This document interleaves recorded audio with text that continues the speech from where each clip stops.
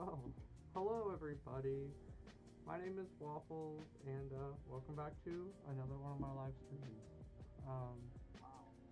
I streamed last week. I can't believe it's already been another week. It already seems like everything is starting to go by super fast, and I don't know. It really gives you an appreciation for time, for real. A little bit about me. I'm a furry digital artist. I like to draw art. For those who are not used to me, especially here on YouTube, and I like to just draw basically what I'm feeling. Never really have a plan of what I'm doing. I just kind of go at it and see what happens, and that's my vibe for real. Check out my socials down below. Check out my website. I do offer commissions, so if anybody's interested, feel free to hit me up. I'm always happy to help with you, like for real. And you know what? Happy Valentine's Day, everybody. Like for real. It's the day for love, and what's a better day to like take the time to tell the person that you care the most about how much that you love them, for real.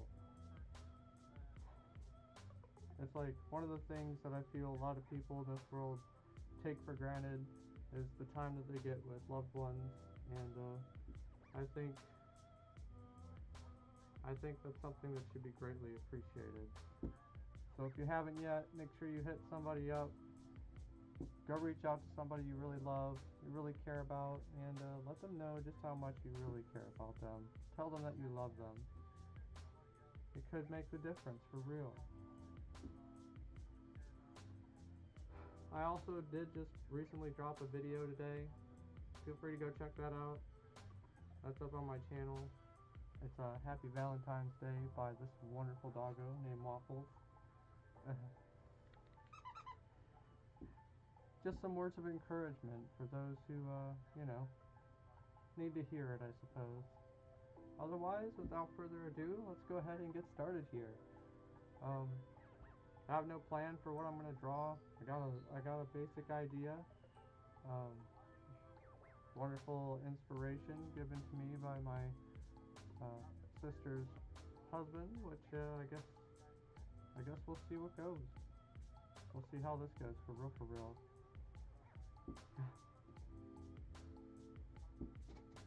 Alright, well, without further ado, it's time to transform, for real.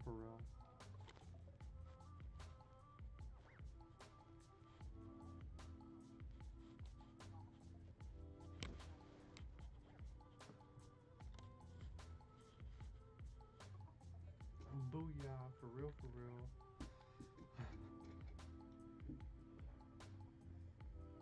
It's about time to give this boy a wash. He's a little stinky, for real. Got a little dirt on him. Probably could use a brushing too.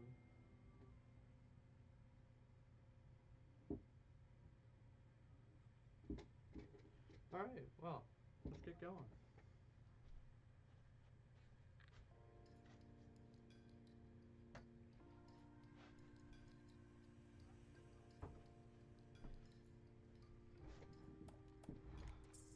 Hello, Rascal Pups. Thank you so much for joining in my stream. I really appreciate it. I just saw your subscription hit up on my notifications here a few minutes ago. Thank you so much for subscribing. I really appreciate that. It means a lot.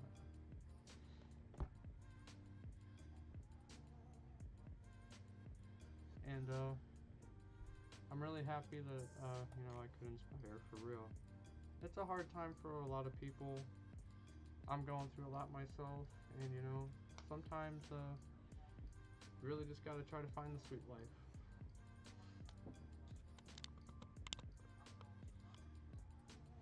I'm happy to have you, for real.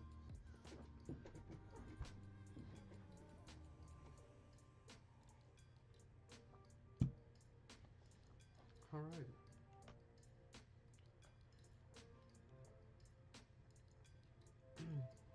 I will have to admit too, like, you know, I have to put it out there. Yeah, I'm also going through a really hard time. Um, I don't know how much of it I really want to share, but my current relationship, um, I'm in the process of separating in my current relationship, and it's been extremely hard. Um, you know, I always hope for the best. I always hope things will, you know, turn out amazing and things can work out. But like sometimes, you know, it also is just what it is, and it's not a bad thing. There's a lot of things that you know came up and that weigh heavy on both of our hearts, and it's just like, what are we gonna do to grow on from this point forward, and how are we gonna change our future? One thing I will say is I don't let other people dictate a whole lot of what I'm going to do. I make my own decisions for real. I've grown up in a family. I'm just gonna go ahead and start sketching too as I'm just chatting. But I mean, I grew up in a rough family. I come from a rather large family. I mean, I think in total we have like 14 siblings amongst everybody. Um, but like, it wasn't a very good, it wasn't a very good place to be for me. And I left, I left my family. I left all that behind up in Wisconsin about 6 to 7 years ago. Um, I moved down here to Virginia to start a new life, and it's been great. It's been amazing so far. I can't believe how fast that went by. Um, but I would be lying if I'd be lying if I said that you know I've definitely I've definitely had no pain or anything while I've been down here. It's been a it's been a crazy adventure. I'll just put it like that. I've learned so much, been through so much, and me and my uh, former fiance, we've been through so much together down here. It's really crazy. I will say though, like there's always somebody out there who cares about you and who appreciates who you are, and that's something to hold close to your heart. Um, we gotta try to just you know keep our heads up for real. I always like to think you know things happen for a reason, and you know they may not be permanent. Maybe they'll just be temporary. But like things will always kind of fall in place where they need to, and it's just it's interesting. It's kind of how it's been ever since I moved down here. Seems like it really seems like everything that's happened really has happened for a reason, and I've spent a majority of my early 20s here in Virginia, and I mean, uh, it's been a really wild ride for real.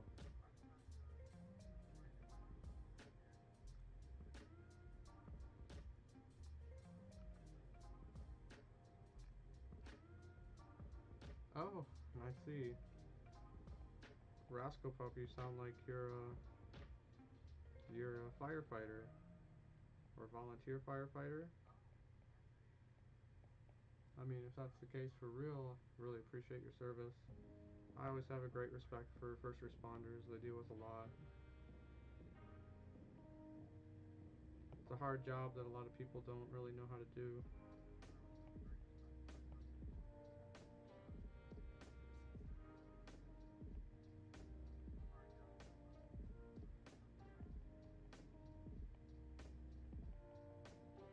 Alright, I'm going to go ahead and start sketching up my character here. I've been doing a lot of self-reflection pieces in my recent streams, which, you know,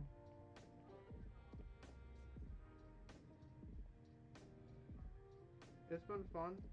I feel like I'm almost getting ready to start considering maybe switching up the vibe a little bit and offering out some free raffles over on my socials, over on Blue Sky.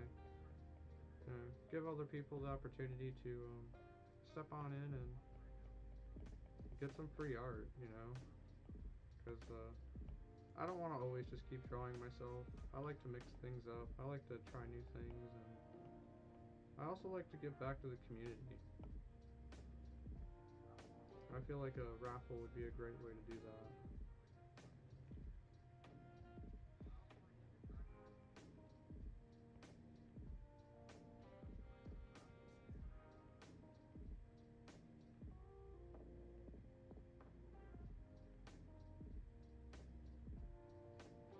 Let's see, now it's time to draw my crown. I've already almost got this sketched up and I'm only like 14 minutes in.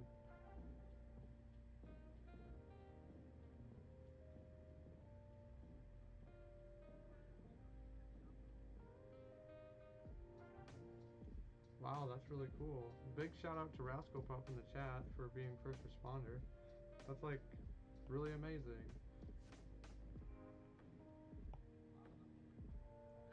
To be specific, they are a firefighter, which like, wow. It's really cool. It's really cool to think, especially here in this community, just like, the different professions that so many people have. You'd be really surprised. Like, so many people out there in this world don't really know exactly, like, they don't see that. They don't see that, half the America's IT is ran by furries. They don't know that half of, the first responders in most states, most cities are most likely furries. It's just a really interesting, it's just a really interesting thing for real. And it really shows you a lot. I feel like if a lot of people really understood that, they'd probably, have a little bit more understanding. Another reason why I've really come to enjoy this community. I've met furries from so many different professions just in like, the time being here. I've met people who work for NASA, who've worked for Secret Service, who's like, there's a lot of really crazy ones out there that, just wouldn't be the one that hit the top of your head. I've even met plenty who worked retail, It's just, there's so many different professions out there that people do here, and it's interesting to think that, America, half the world actually, not even just, one sole country, is ran by furries. That ought to give you some perspective for real.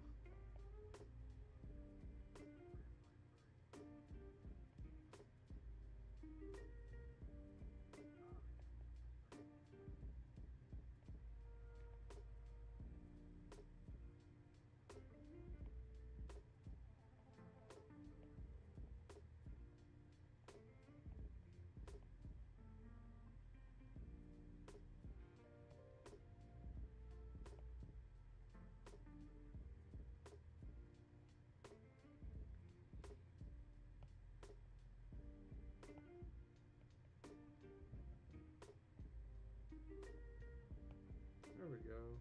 I got my boy all nice and sketched up.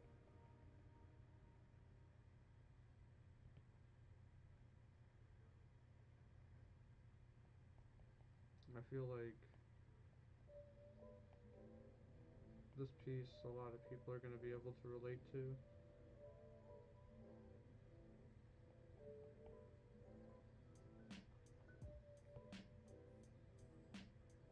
By the way, if you like my stream, feel free to like and share it.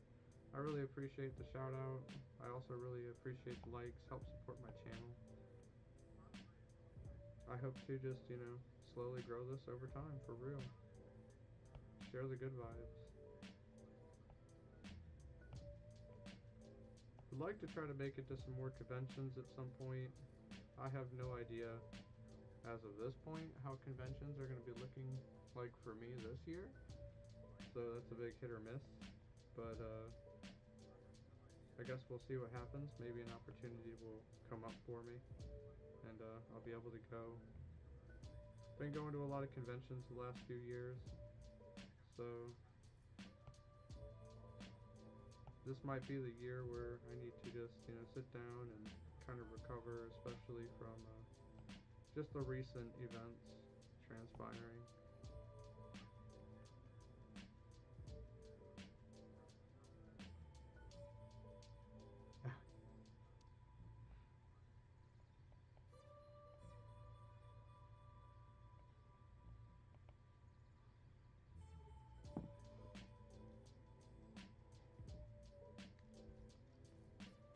Thank you, Andrew. I really feel like the fluffy ears, especially on my character, really make up a lot of my personality. I have really come to, I don't know, it's interesting. I feel like, there's like a saying here in the furry community where, I know I'm not the only one that's thought this too. Like sometimes you can't always come up with your own persona design.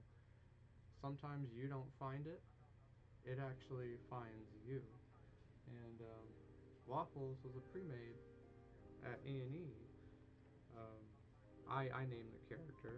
I named him, and by far, I don't know. It was like the moment I laid eyes on my fursuit, it was like I don't know. It was a different feeling. It was a really cool one, and I actually didn't get it right away because it was a lot of money, and we didn't really have the ability to just bring it home.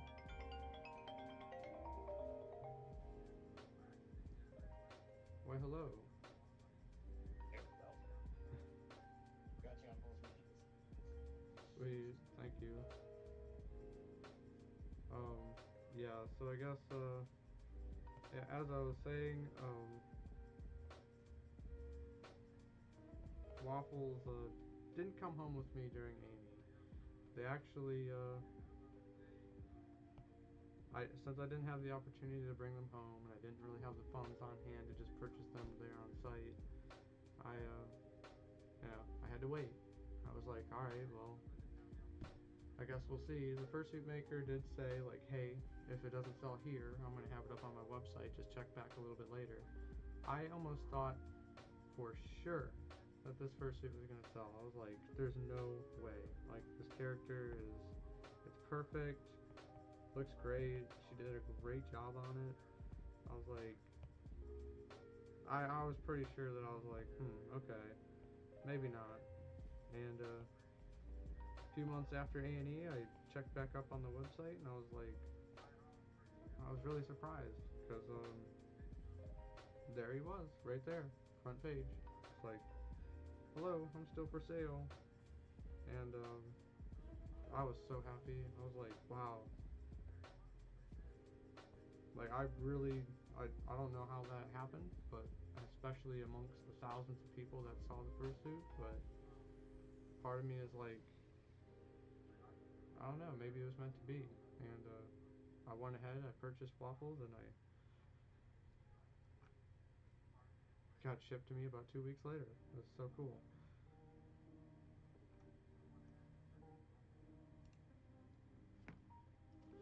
Where did the significance of the crown from my character come? So, it's interesting to think this. Like, so last year, while I was attending a party down in Virginia Beach, operated by my friend, it was really cool. It was a great time. A lot of furries went, and we just had a really fun time on Virginia Beach. So there was a point in time where somebody came back with a whole bunch of Burger King crowns. I don't know where the heck they got them, but there was just a whole stack of them, and everybody was wearing them around. And I put one on, and I started wearing it, and it just, after that moment, it kind of like stuck with me.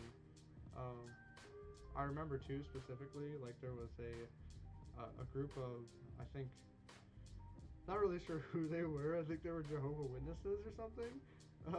Not saying that I was harassing them or anything, but they were walking by, and I ran out the porch and on the top story of like this building that we were renting, and I walked out and I just started staring at them, and they all looked back and they were just like utterly confused. There's a giant spaniel dog just standing up there on the porch, just wearing a giant crown, and I don't know. After that, I feel like the whole style of the crown just felt appropriate, and it stuck with me.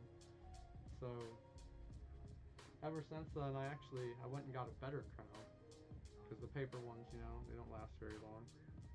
But I went and got a paper crown and or a more plastic / durable crown, and I've been wearing it ever since. Pretty sure I picked up that crown during FWA 2024, which I did just drop like the first part of that recently. Dropped it last month. I'm getting ready to drop my second part of my convention experience for FWA here like sometime by the end of this month, so keep an eye out for that, for real. I worked really hard on it, especially with like how tight my schedule's been.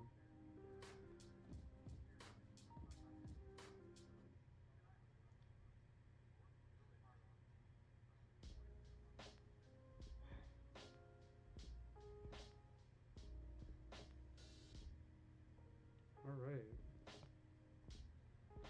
Feel like I got my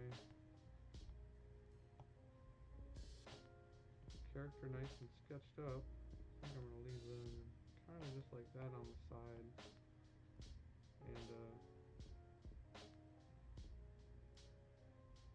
this is an interesting one.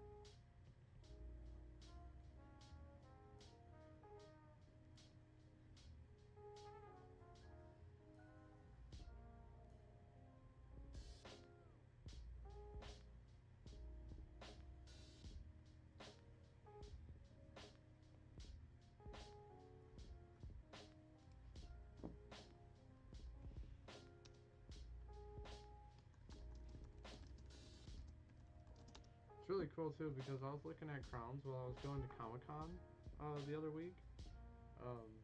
They become really popular nowadays. I don't know what's up with that. Guess it's just the fashion design for real. I dig it.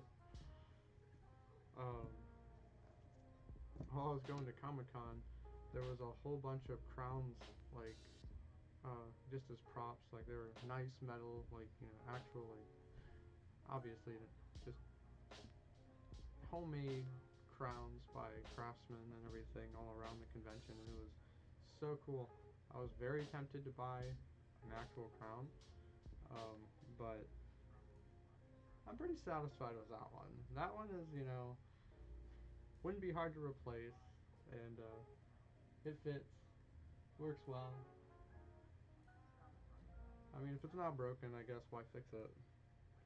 As tempted as I was to get like, an actual like metal crown. It's really cool.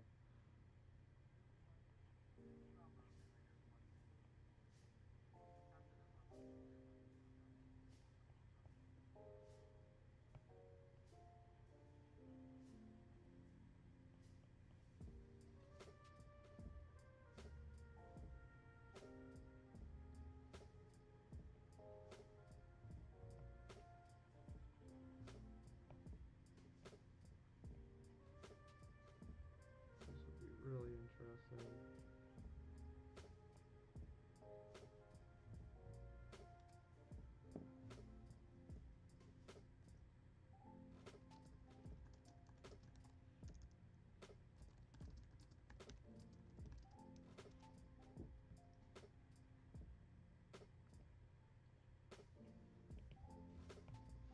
Yeah, I don't know. It's really interesting to think, everything just kind of fell into place. You know, it just like started happening. Fursuit, my relationship, um, everything really just seemed like the whole time I was here, it was happening for a reason. Um, I can't say that a lot of it went the way that I exactly wanted it to, but I don't know. I guess who of me to say at this point? I'm just kind of rolling with the punches and seeing what's next.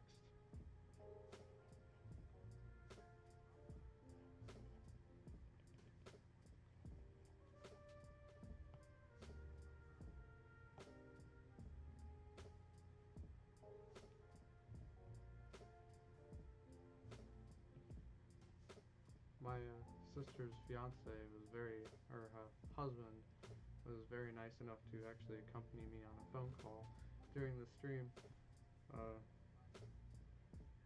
per my request, because I've been feeling really down lately, and I'm really happy to have them in my life to keep my spirits up for real. I think that's like extremely important, especially in today's world, where there's like so much uncertainty and so much stuff changing.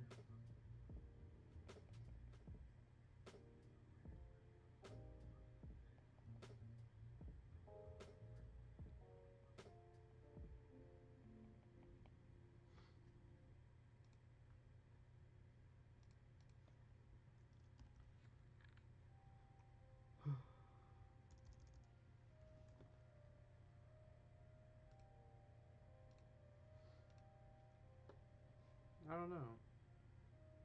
I will say though, I really hope to, once we figure out kind of what's going on, at least once I figure out what's happening in the next few months, um, it still is my dream to continue here on YouTube. It still is my dream to continue to make content and progress. I don't really want to. I don't really want to give that up. I want to keep that going because it's something I've kind of always dreamed of doing, and somehow it just kind of fell into place this year, and makes me really happy. It makes me really happy to stream artwork, work on something new. Gives me the ability to test my skills as an artist and really progress. I apologize in advance. My voice probably sounds super phlegmy. My bad. It's been a rough week.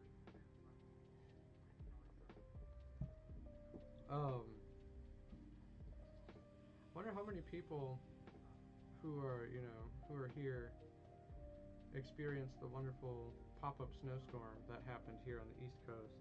We just had a absolutely humongous snowstorm, which dropped a lot of snow. Of course, it didn't really stick around very long, like maybe 3 or 4 days. But I mean, it was melting so fast. But it was a lot of snow, and it kind of came out of nowhere. I mean, I kind of prepped for it, knowing that it was coming. I went and threw salt on the driveway. It's funny. I dropped a video a little while ago in January during our first snowstorm, and I posted that, so you can see the absolutely humongous driveway that I had to shovel. It was really fun. It was a good time. Kind of brought back some memories for me living up in Wisconsin. But I'd go check that one out too. That one was a lot of fun. It was a good escape for real. But last week it dropped so much snow. Um, I just salted the driveway. I threw my car in the garage because I didn't want my car to. I literally just got my car inspected, and I just cleaned it up. I kind of didn't want it sitting out there with a whole bunch of snow on it, so I threw it in the garage. And I went out, I forgot to do it the night before.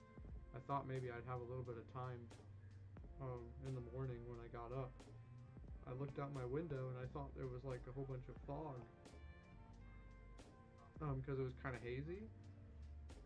But soon did I realize that that was not fog. That was a giant blizzard, and snow chunks were coming down like the size of like golf balls. It's like, whoa, that's different.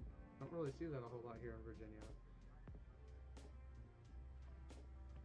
I went outside to move my car, and it already had stacked up like a good 3 inches of snow on it, which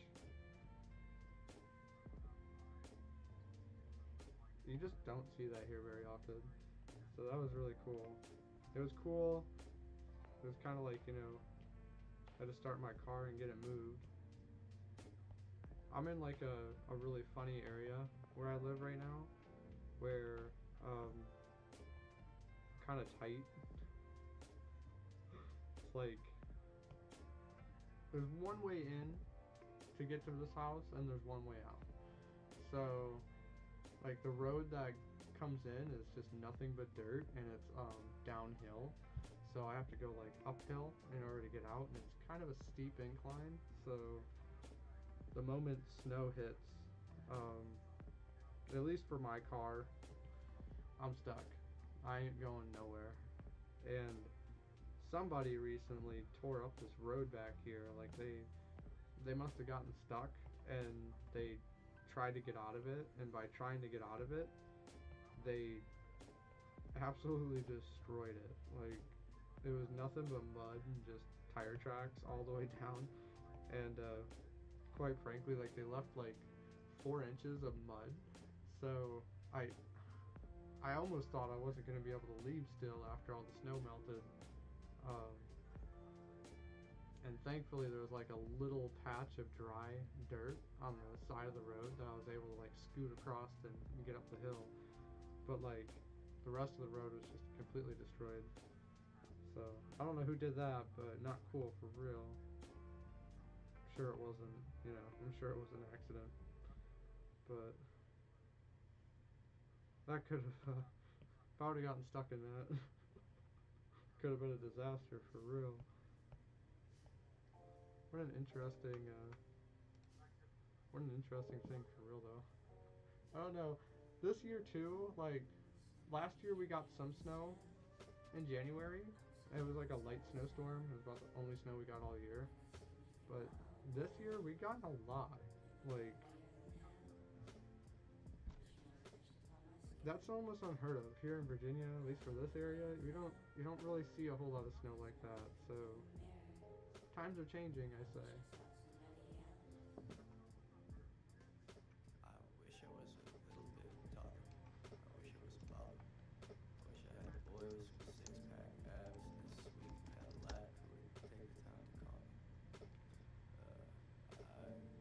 me and father went to wear the game. And weren't always so I wish I wasn't so insistent on staying the same. Change didn't seem like a monster.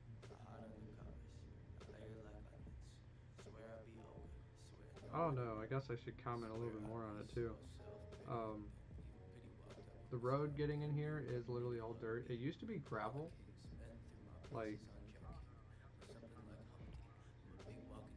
I don't know why, I don't know who, but somebody here in the community spends a considerable amount of money on gravel and has it dumped on this road, and they push it around, and it's like, I mean, it's cool at first. It's not really fun to drive on, especially in low riding vehicles, but it's like it won't stick around very well either. Like, it'll always wash away due to the rain, and as people drive over it, it pushes the gravel off to the sides of the road, so it never sticks around, and it just makes it incredibly difficult to drive on the road. It's like, it's a little bit better than driving on just dirt, but at this point I don't know what I prefer. Without it, with all the water and all the rain hitting the road though, it, like, as the water travels down the road, it'll create these like big bumps and start washing out portions of the road, so it'll make it super duper difficult to get out of here. As you're like driving through, it'd be like.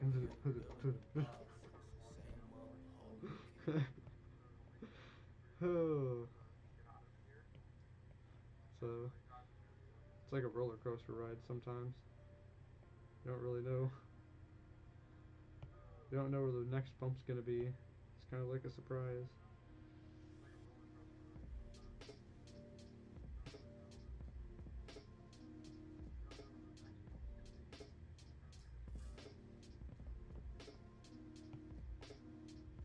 Alright.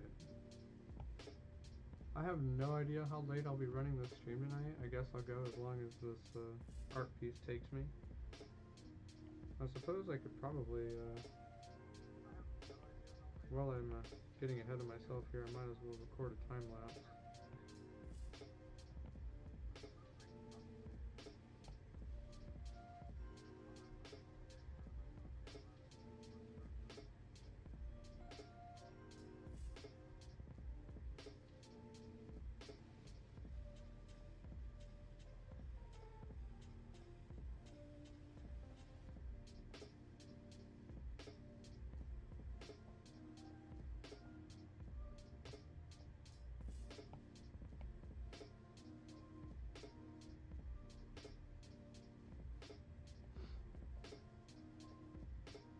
I don't know. I'm curious though. I'm curious to hear about everybody else's week. I'm curious to hear about everybody else's month. How has your month started? Enough about me, enough about my wonderful stuff. I'm always happy to hear something new. Help me get my mind off some things for real.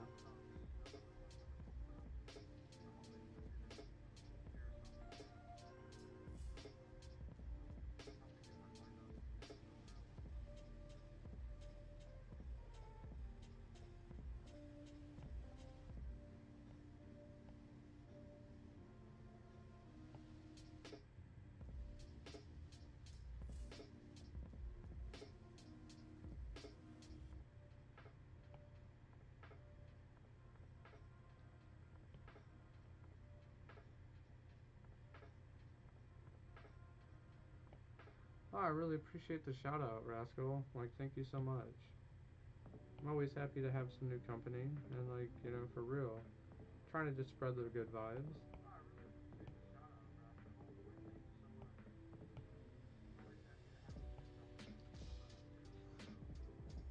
That means a lot to me, for real.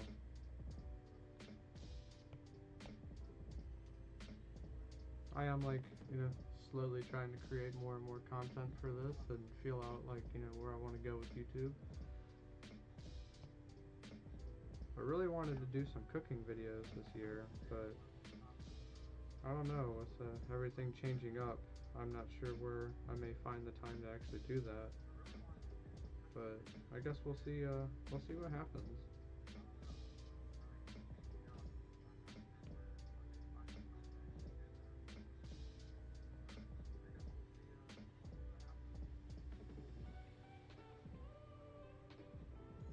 There we go.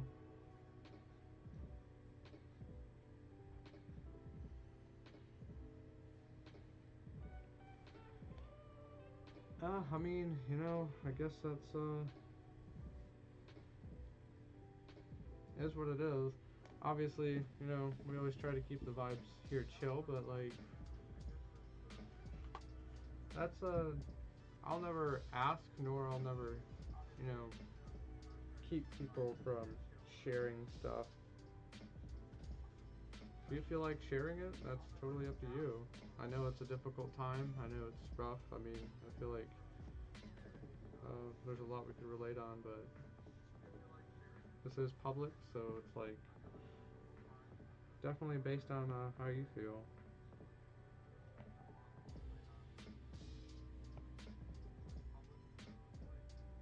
This is my wonderful SFW YouTube art stream. It's interesting to think too, I started this up last year. Pretty sure I started it up around the same time last year. Maybe March? I'm not entirely sure, but I know it was somewhere around that time.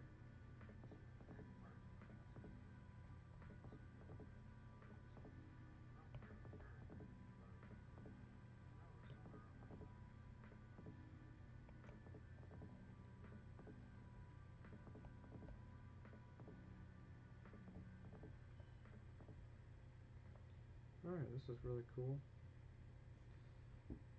How do I want to do this? I think I might do this a little bit differently. I think I'm going to use this wonderful tool.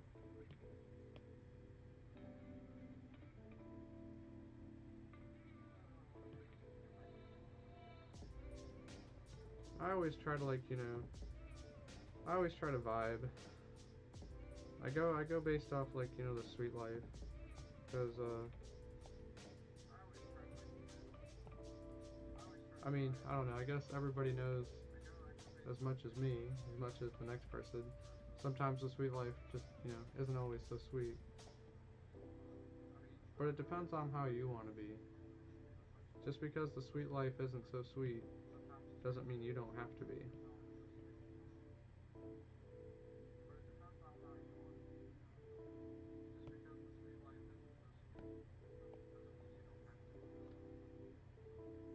Like, I'm almost hating my voice right now because it's just so dry in here.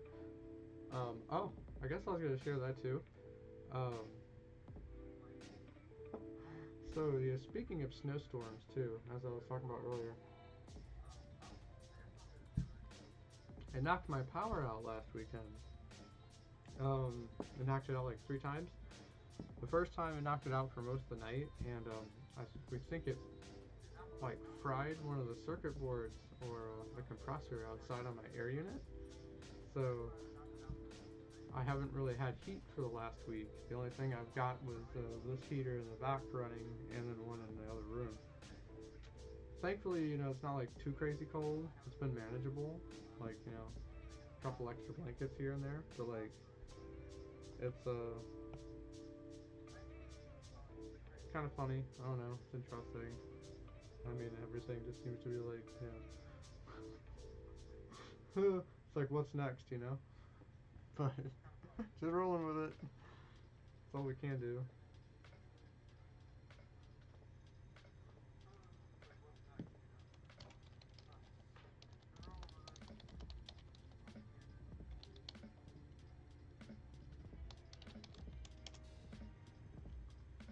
Well, I guess a funny thing. I am curious to those who like, you know, are joining in for real. Like, who's our favorite artists? I always have to know. I'm trying to, like, you know, expand a little bit more here in the furry community. I'm trying to get out there. I'm trying to meet more artists, especially. And I feel kind of like, you know, I feel as much as I've been an artist the past 8 years, I really don't communicate a whole lot with other artists. So it's always interesting to hear, like, you know, who might also be here on YouTube, if anybody knows anybody, or you know, I gotta know the competition. Only kidding, of course. Oh. I always like to learn. I always like to talk. There's a lot of artists out there who share really cool tips.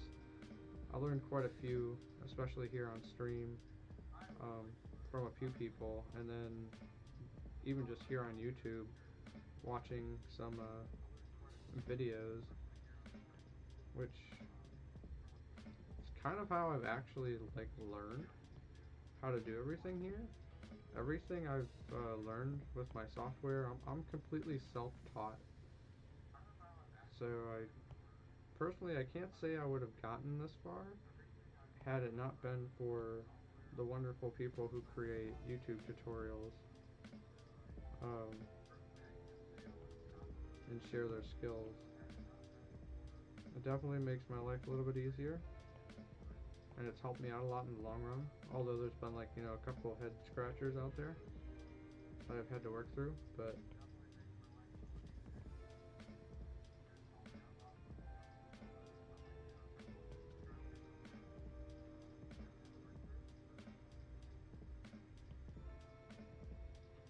I honestly thought about rolling up some tutorials on my own when I can find the time for it.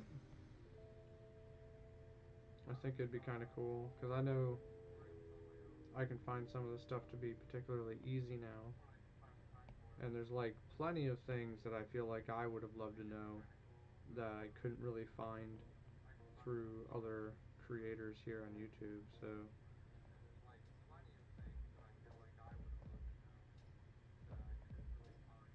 perhaps that will be a thing to look into, something I can try. 'Cause I like, I really enjoy art. I always try to like advance my skills the best I can, try something new. I've been drawing art since I was like 13.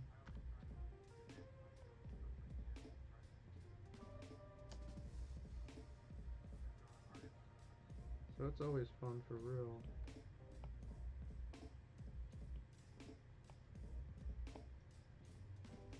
Actually, funny enough, started drawing art on my homework. I'd always make my teachers so angry.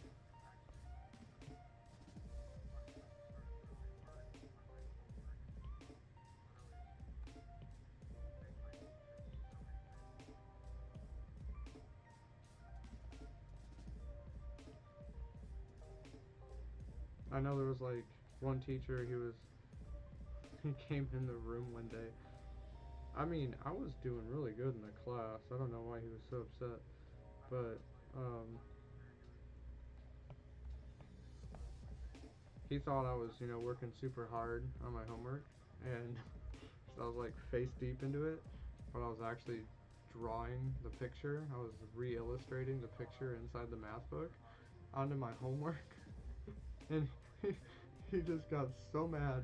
He picked it right up off the table and he just like waved it around to the class like, what are you doing? This is math class. This isn't art class. I was I was almost kind of a smartass next, because I was like, I mean, well, technically, if you look at it from both perspectives, math is also art. But I mean,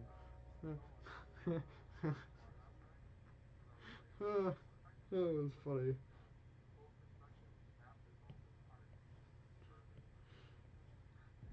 It was really cool though. He was like, as much as like I want to be mad at you, this is actually really well done, but just not the appropriate place to do it. It's like, alright, well, cool. Respect earned for real. That was really funny.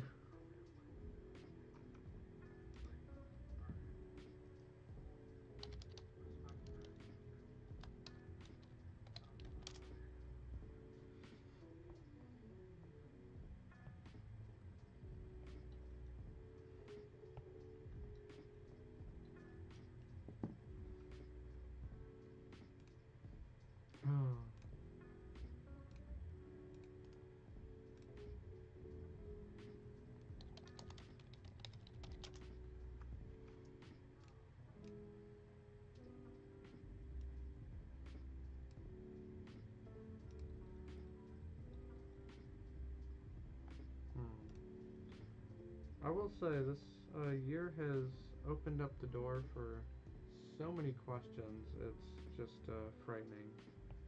Which, you know,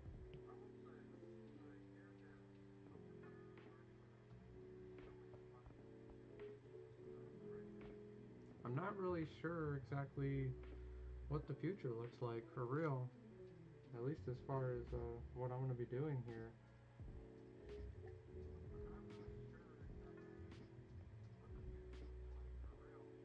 Just when you think you have it all figured out.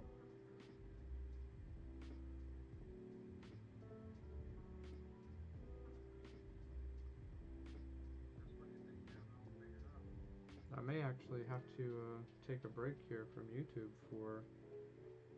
a, you know, for a little bit, just to figure some things out, which, it's not a bad thing. YouTube is kind of like, my pastime. I do it when I can. Making videos is like takes a lot of work, not even kidding. I really enjoy it. It's a lot of fun, but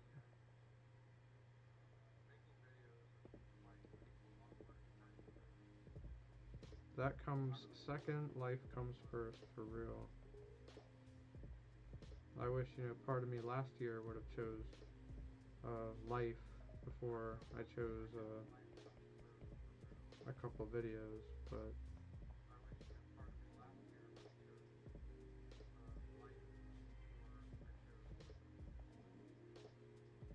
guess you live and you learn for real.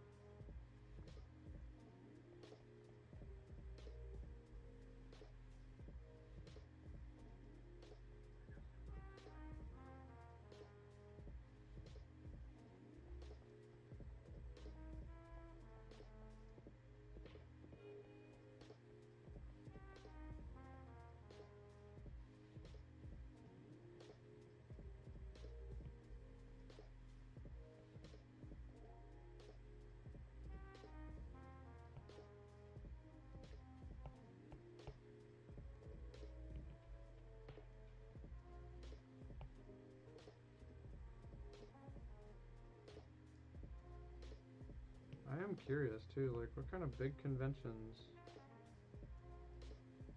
are some of our favorites? It's like I have really come to love Furry Week in Atlanta. So my art piece up there on the wall is actually inspired by, I drew that specifically for Furry Week in Atlanta. Something about that convention is just, I love it so much. Had intentions of going this year, but the way things are looking, I don't think that's gonna pan out. Just being realistic here for real.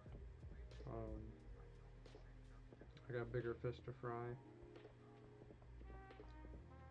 Might be able to go to another convention though. I have somebody trying to hook me up, but it will very much depend on where I'm at in a few months.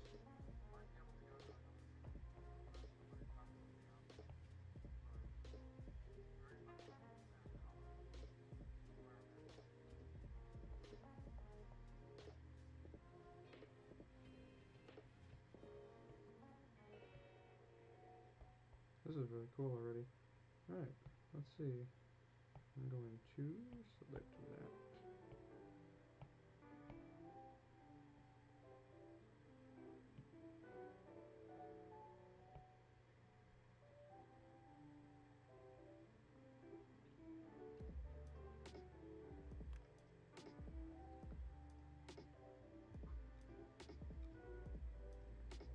Well, I pretty much already got this all sketched up. It's pretty simple. It's nothing too complicated.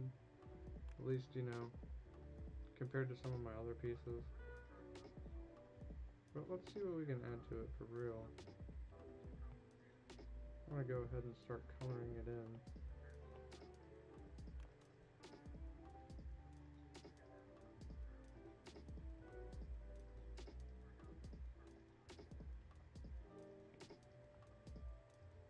I almost got like a new idea while I was doing this too.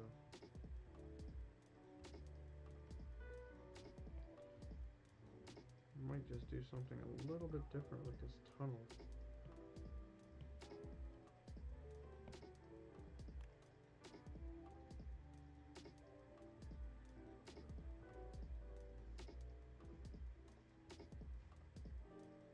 Let's see if I can't change this up.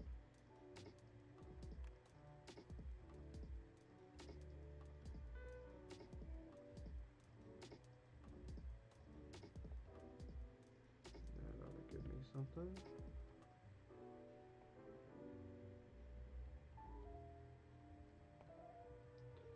I think I can get away with just doing these. I want to do something a little different here.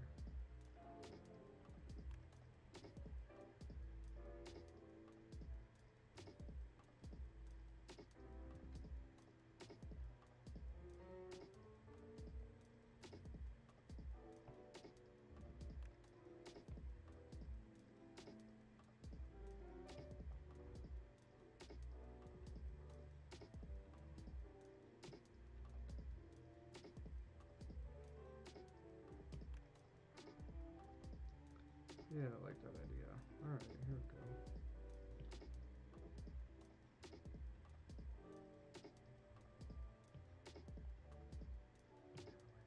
Just gotta get this going just right.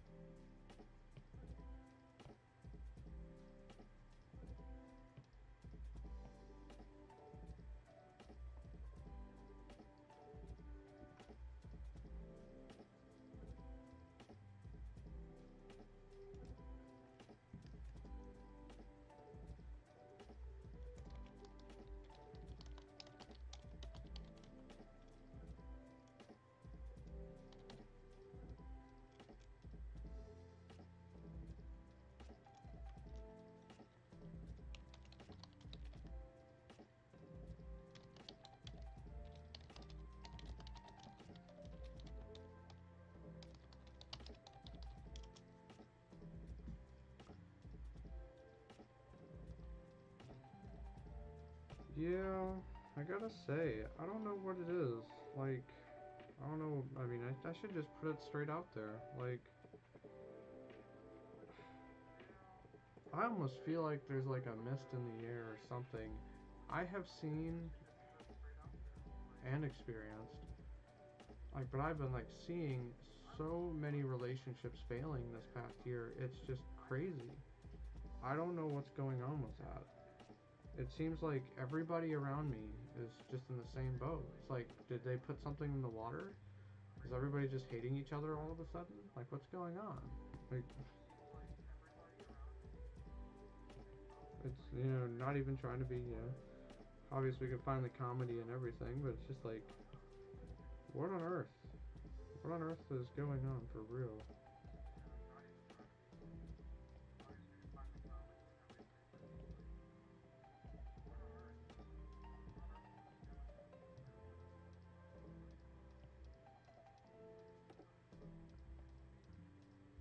I mean, I I can't say that I haven't tried. I can't say that like, I haven't poured my heart out. I can't say that, I haven't been there. Like, I really I really feel like I gave everything my all. And it's like it's not a bad thing. I feel like, obviously I have my differences, but like,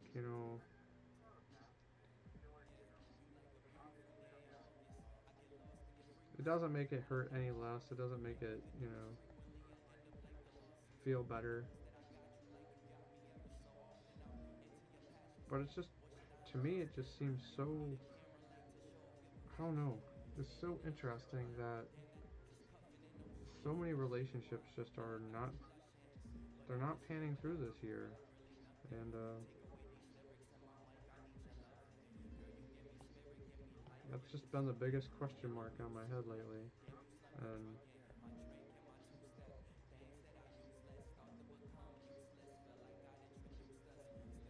you can always try to hope for the best and move forward, I suppose.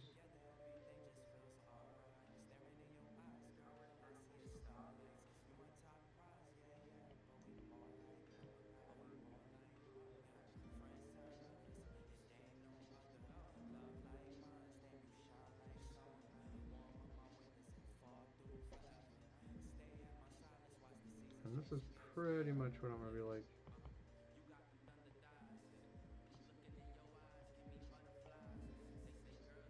Pretty much what this art piece is inspired by.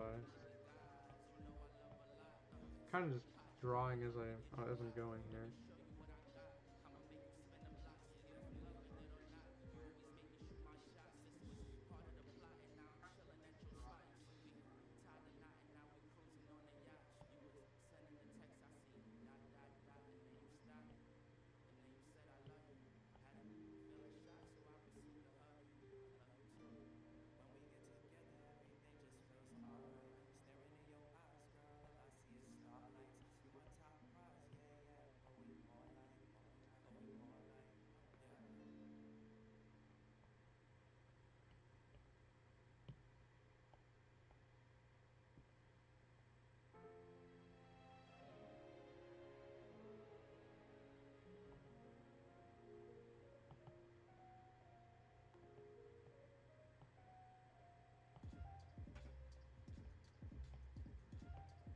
Oh no.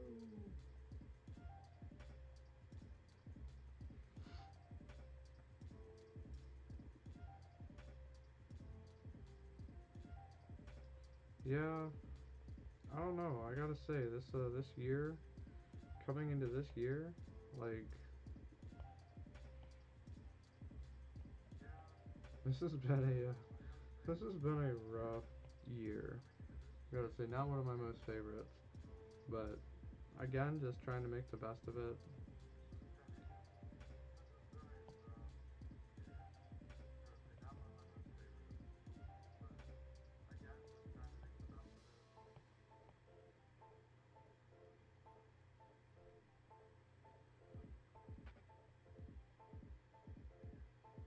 It's like maybe what's meant to be will happen sooner than later.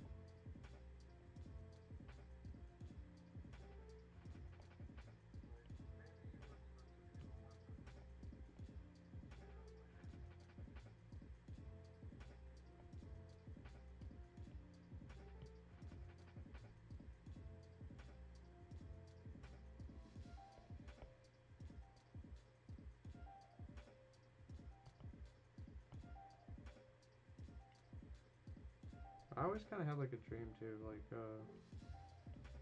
pursuing graphic design, um, and also fashion. So I'm like really, it's interesting. I think about like my therapist. I've been talking to a therapist a lot lately. By the way, if you're going through some stuff, I 10 out of 10 recommend go talk to a therapist. Like, a lot of people don't like to hear that. A lot of people don't want to do it. I didn't want to do it at first, but it's been helping me a lot. Um, I noticed some people ran away. But it's just like, for real, it's been challenging, but he's made it easier and helped me realize a lot of things about myself that I didn't really see a whole lot before. Um, One of the biggest things I'm also working on right now going into therapy is ADHD counseling, which I knew, kind of feel like I've had ADHD my whole life, but I also have trauma, and apparently between the two, sometimes trauma can replicate symptoms of ADHD. So I have to go through more therapy in order to fully determine exactly what's going on. And it's an interesting perspective. Personally, I mean, just looking at my life, looking at everything, seeing all the symptoms of it, I feel like I have ADHD. I feel like I have, I have, I have the ability to do things that a lot of other people can't. Granted, I also struggle at some things that a lot of people find easy. Like, God forbid, I play sports. Like, I can't hit a baseball bat. Like, I can't bat a baseball across the field like to save my life. I don't know what's up with that, but everything else I seem to do just fine at. um, just an interesting thing, but I will admit though, like the therapy has been really nice. It isn't a perfect cure, but it's definitely helping me find out a lot of stuff about myself and helping me kind of get over some things. Um, Honestly, there's a lot of things that I'm learning that I wish I would have learned a lot sooner, especially in the last year.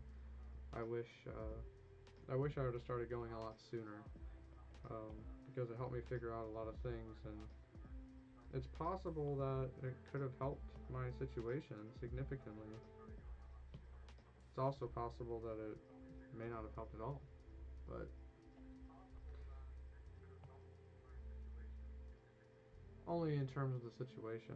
As far as me, though, I say it's helped me significantly because I've learned so much. It's just interesting how that works.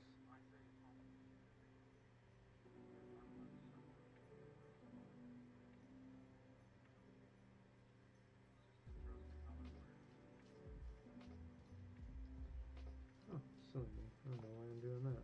There we go.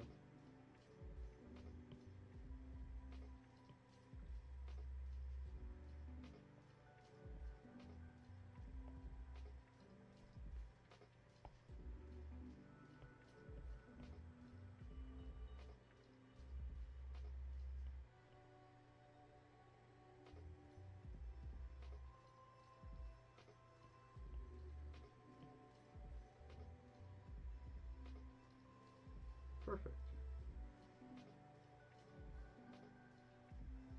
Now I must feel like I could do something crazy with this. There we go. Perhaps.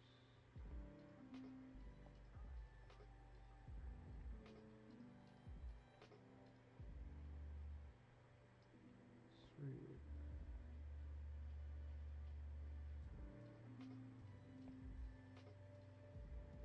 I really do hope, you know, I'd aim for the day. I gotta say, like, I do have some goals. Like, I really hope maybe someday, um, not only if I get my YouTube really going, I can start rolling out commissions and maybe even do this full time. Like, it's kind of what I've been doing a little bit the past 2 years. Um, I will say, like, I've been growing a lot, I've been learning a lot, but um, I have a lot of room to grow more, and not currently in a position right now where I want to just continue on going full time. But I hope maybe, you know, someday the dream is I can do a little bit more with this, and perhaps even, like, you know, go full time YouTube and digital art. Because I mean, I have a couple goals, honestly. Like, I really enjoy cooking. I really enjoy, like, you know, getting out, especially in nature. I really enjoy just being in, like, the community. And a big goal of mine is to hopefully maybe start a food truck. As much as I really enjoy cooking, I mean, I share a lot of my food to my Blue Sky all the time. I used to upload them to Twitter, especially like videos, but Twitter right now,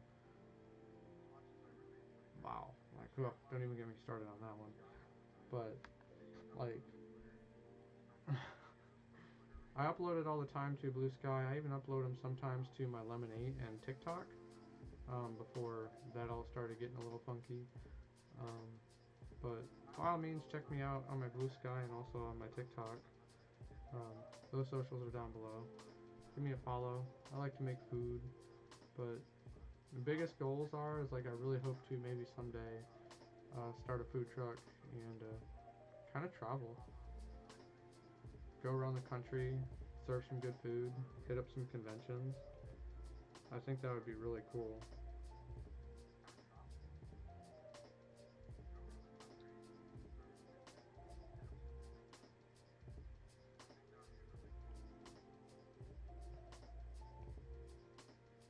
It's like, one thing I've really learned is I really enjoy making people smile and having a lot of fun. I really enjoy conversation. I really enjoy just being out in the community. And maybe it just appeases that part of my brain that screams ADHD. But I mean, that's definitely my personality.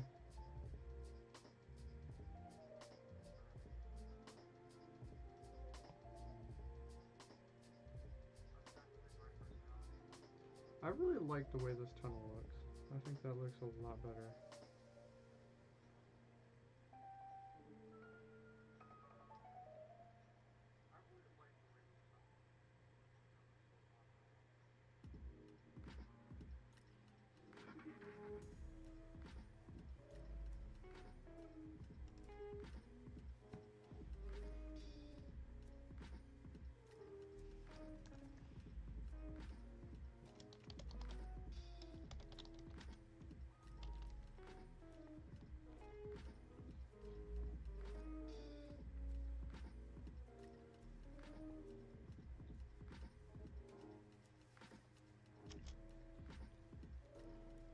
Yeah, I don't know.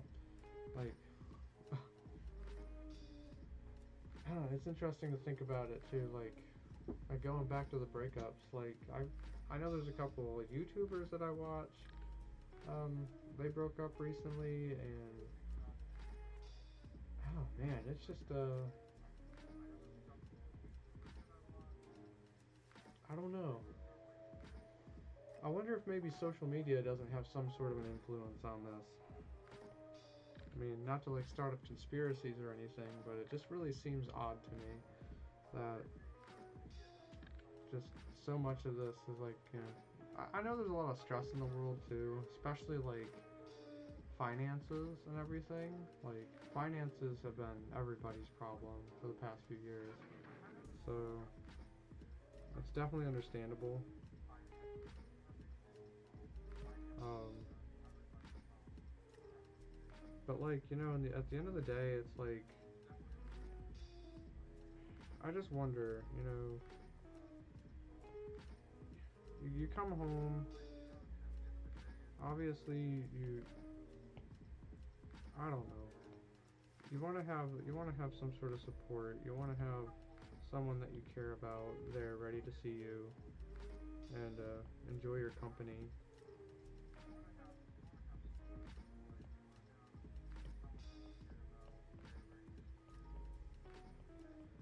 And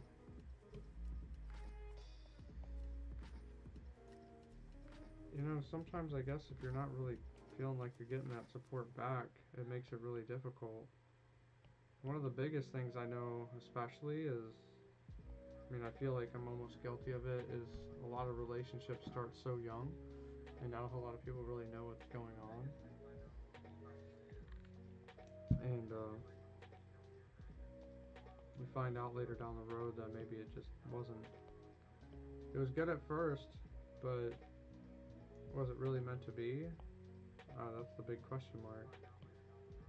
Because it always starts off good, and then you start learning things and really start understanding each other. And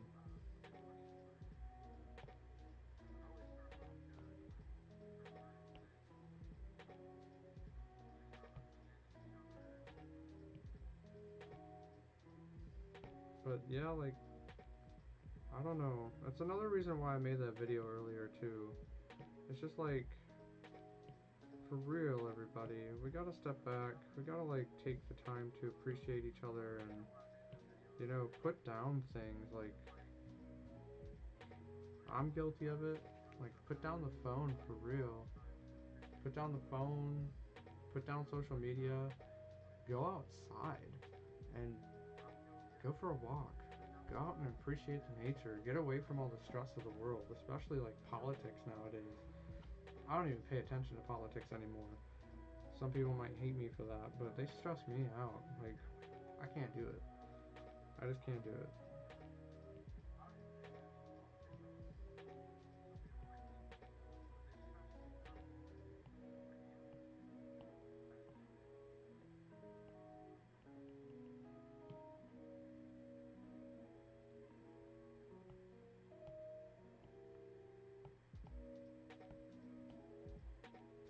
But sometimes you really just gotta step back and look at the wider picture. I feel like, you know, I feel like personally a lot of things are could have been different, especially with how this year turned out.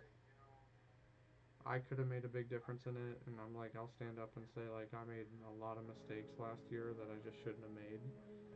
Um, I feel like I was really discovering a lot about myself, and I feel like I was really like learning um, who I was, and it's extremely challenging because like I got hit with a reality check.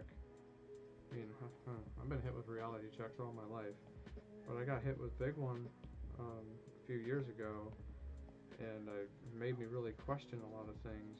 Made me kind of scared of some things, and it made me like, you know, made me really wonder like, what matters more to me right now? Do I want to enjoy life, or do I want to just do I want to step back and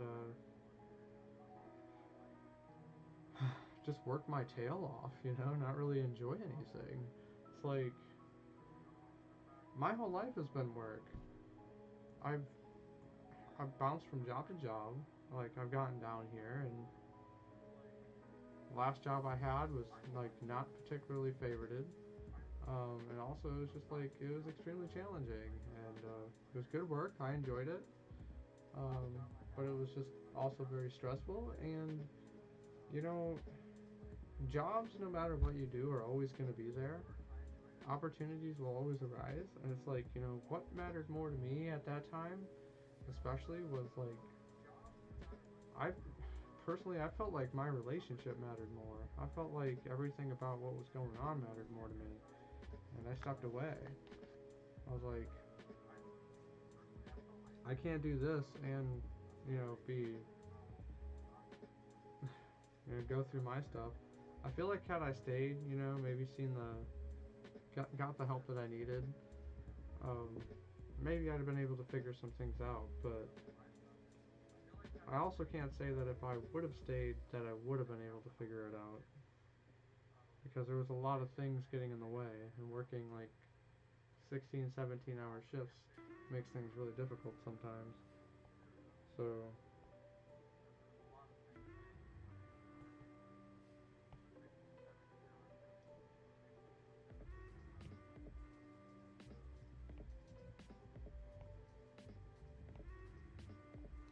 but I mean, I know where my heart was. I know where my heart's at. And past few years, I've been able to progress as an artist. I've been able to make some YouTube videos, a lot more than I would have ever imagined.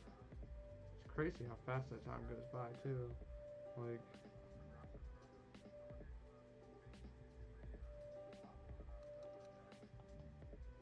you never really think about it. But straight up, I was struggling. I've been struggling the past few years.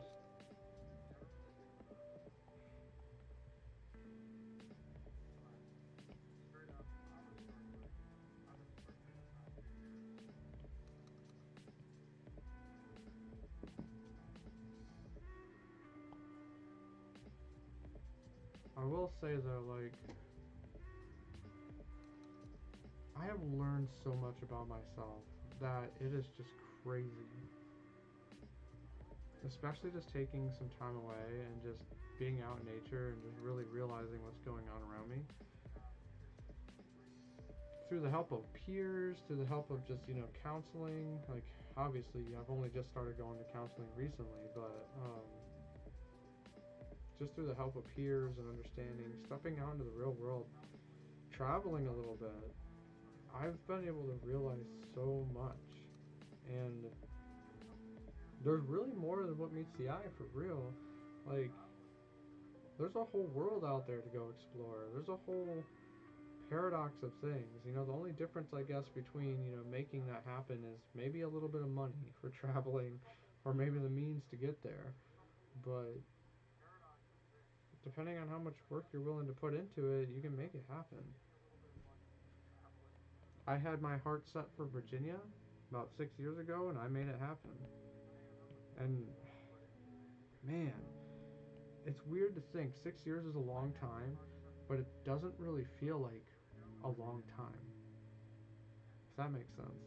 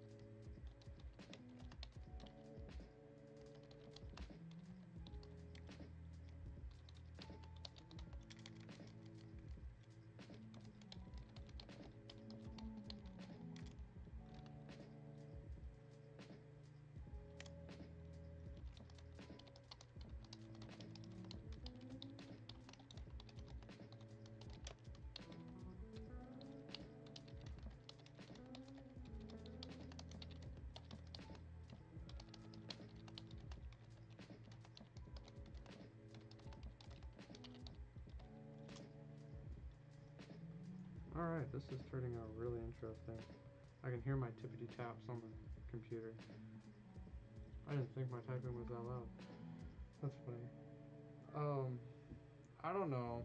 I will say, just between the relationship and everything, like, it's, it's usually 50-50. It's like, it's not just solely one person, and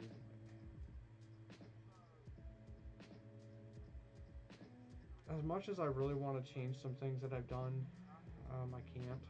But like, for real, it takes two to tango, and that's what a lot of people have been telling me.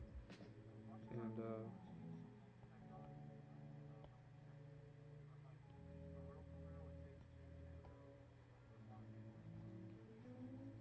I guess it, you know, it just what's done is done. I guess it's just really a matter of what you do to move forward. And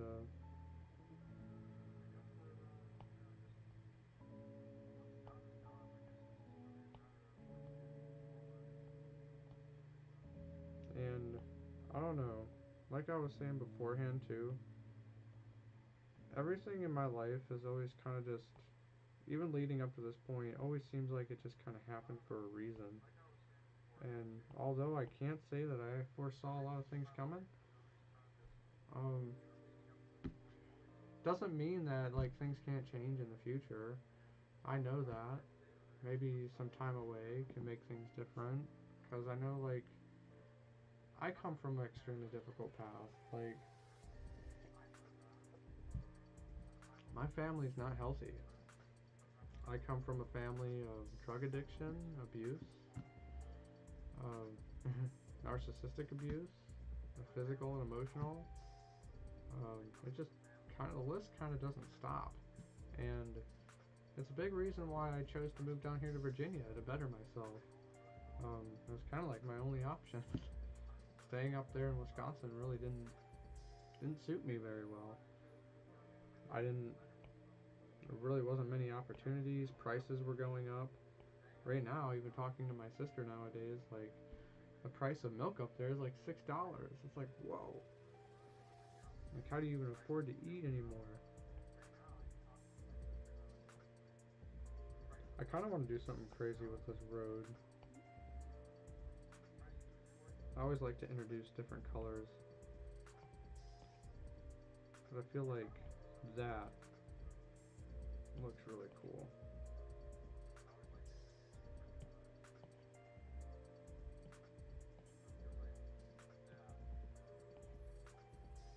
This is something. I want to do like that, or do I want to really stretch it up? There we go. That looks really dope. I think that looks really cool. And maybe I can get rid of those. It's kind of like what I'm doing though, for real. I'm kind of just drawing what's on my heart.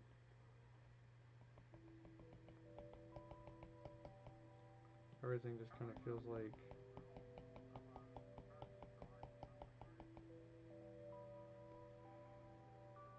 big fat question mark.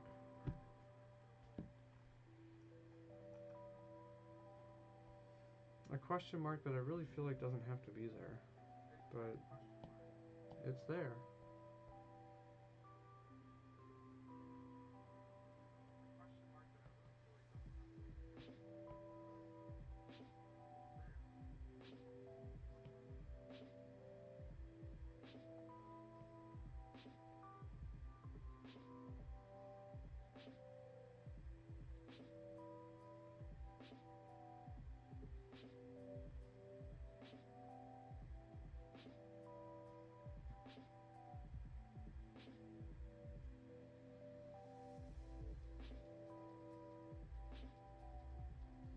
That's not a bad idea. Let's see if I can't warp that a little bit. Because the lines, you know, I was kind of shooting for like they're supposed to be like a shadow. But I wonder. I'm going to play around with that and see what that might do.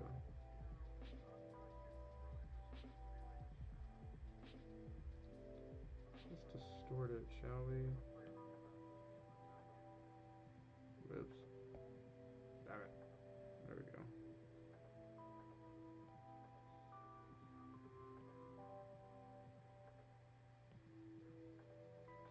Whoa, I kind of like, you know, angle.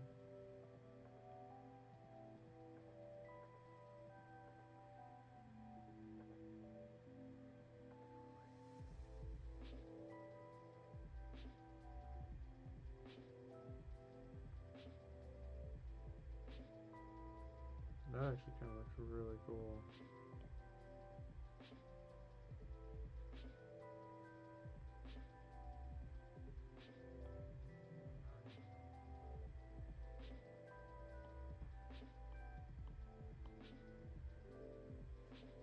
a lot of my art is like, you know, very much inspired by some of the things I've experienced.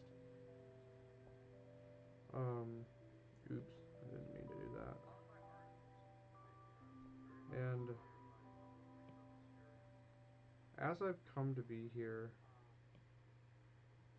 I've opened up my mind to a lot of different experiences, and you know, I guess it kind of falls back to like what I was feeling a couple of years ago when I was working and didn't feel like, you know, I was really going anywhere. Um,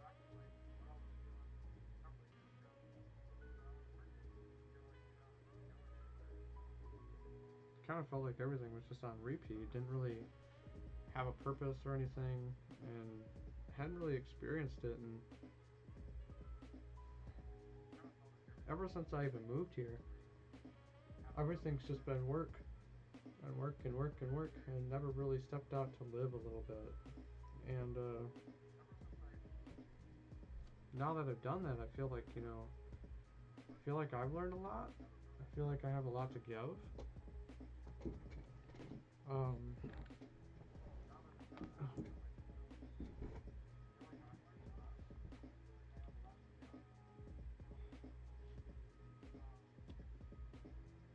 I don't know. It's been an interesting journey. These past few years have been a trip. If not an emotional one, they've been a learning one. They've been very fun. I'm not gonna lie, they've been very fun. I've got to do a lot of really cool things that I can't say I've really ever been able to do my entire life. And I'm very thankful for that. I'm very thankful for a lot of the things I was able to learn and understand.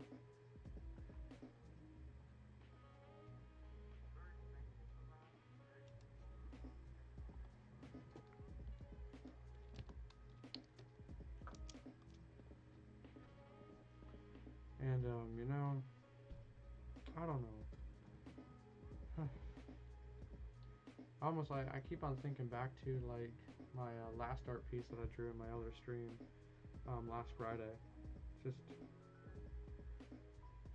I've always had this idea in my head that somehow, somewhere, it's like I've always really loved sunsets. I've loved the colors that they create, and somewhere I feel like it always keeps on pulling me west, and I don't really understand what that is. Like something in my head, something somewhere just wants to pull me west, and it's always kind of been a dream of mine to go hit up the west coast, go head up the ocean, and watch the sun go down.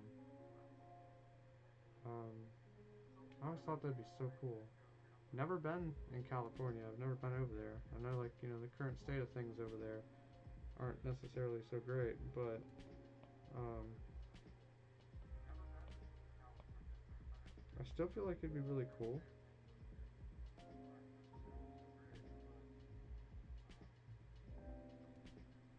Um, I don't know. I guess, you know, in time, maybe I'll figure out what that means.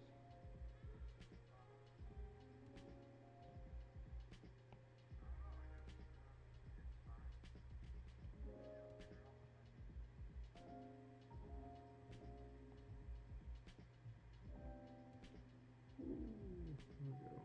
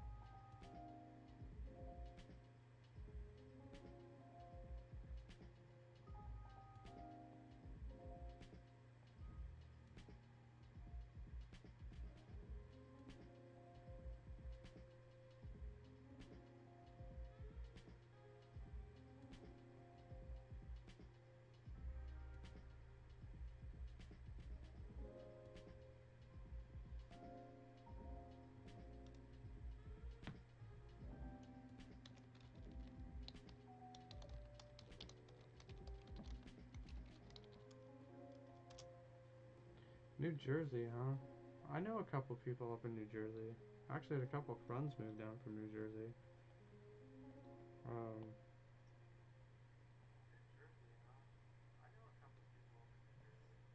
I always thought it'd be kind of cool to make a trip up that way. Pretty sure there's a convention that happens up near there. I think, what is it, Philadelphia or something like that? I feel silly. I feel like I should know this.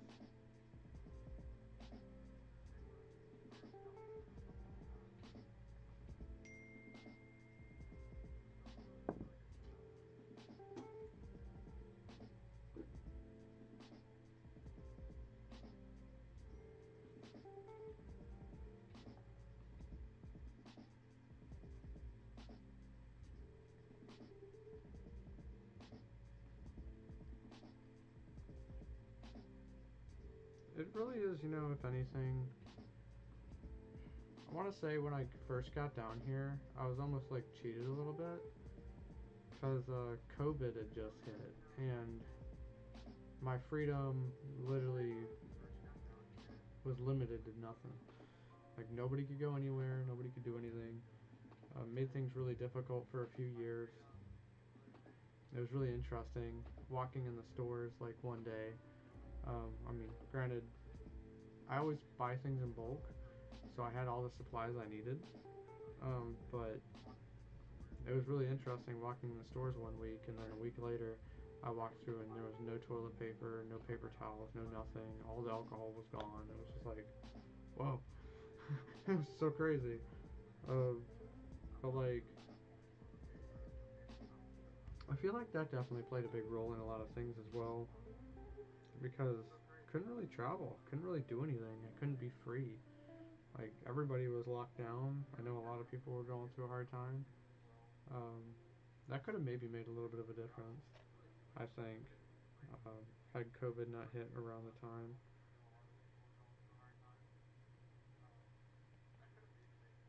But now that things are opening up more and people are starting, everything's kind of going back to normal, and COVID's kind of like, just the next flu for a lot of people. So far as like what it seems like. Um, it seems like I don't know. I guess we'll see where I get to travel to next. And I want to say like it made me scared at first to travel anymore. But now I really want to like take it that extra step to step outside my comfort zone and um, like actually get out, go experience some new things, and just travel on my own, figure out what's going on here.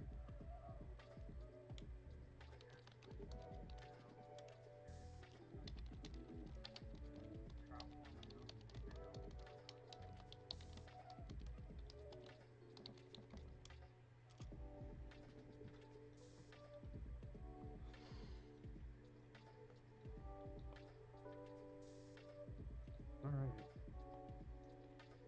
here we go.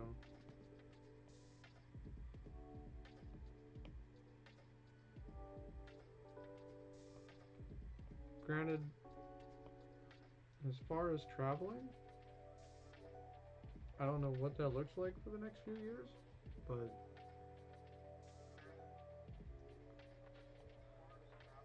I'm definitely gonna still just do what I want. I want to step out. I'm really sick of being like stuck up, Like I don't want to be.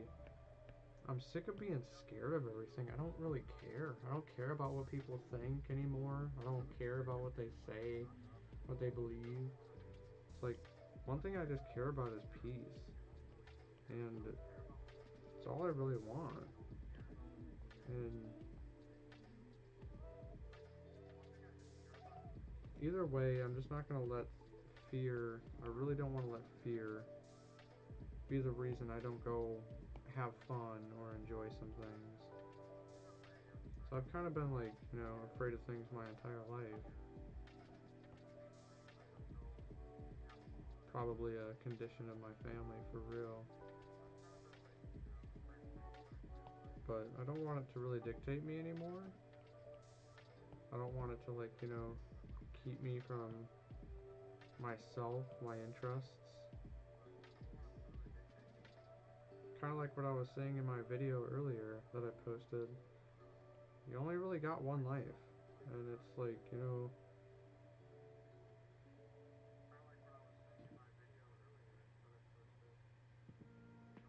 it's like your choice on how you want to spend it.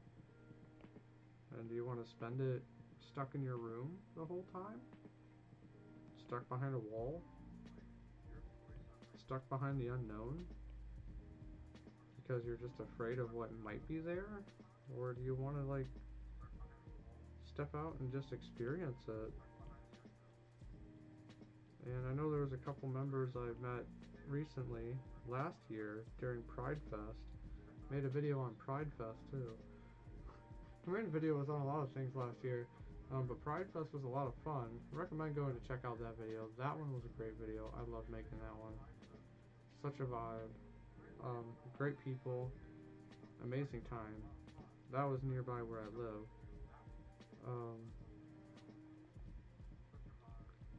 But any hoodle. There was a couple furs I know. They were struggling with, you know, they were kind of afraid. They were struggling with stepping back out into the community for a lot of things. And,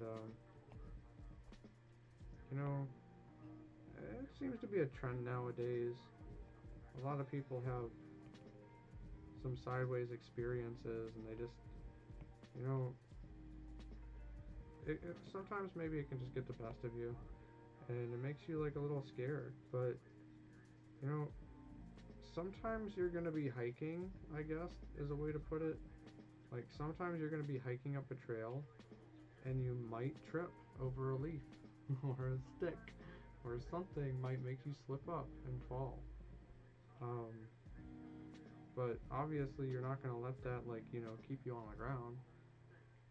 You just gotta stand up and keep on going.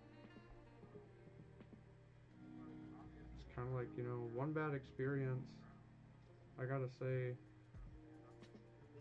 as I've grown, as I've, like, you know, especially experienced things in this community, I try not to let one bad experience write off everything for me. If anything, if I had one bad experience, I feel like I want to try to step out and go make a better experience. So that way, that isn't where the chapter just, you know, ends for me.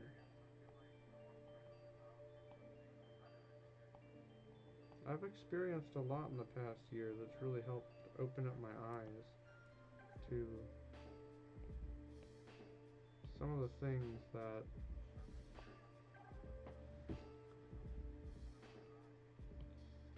I feel like, you know, I really never saw before.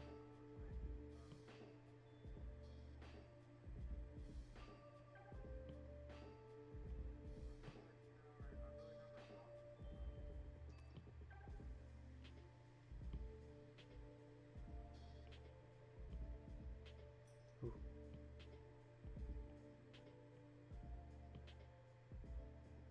It's too bright.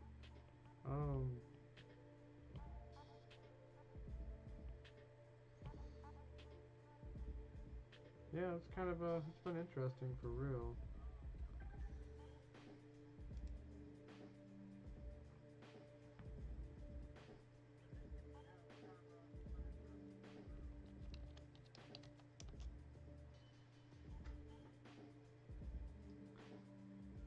I feel like, you know, the biggest thing too in this community is the community is just forever getting younger and younger. Like, I mean, jeepers, I'm still, like, I feel like I'm retaining some youth here for real. And I came into this community at a really young age.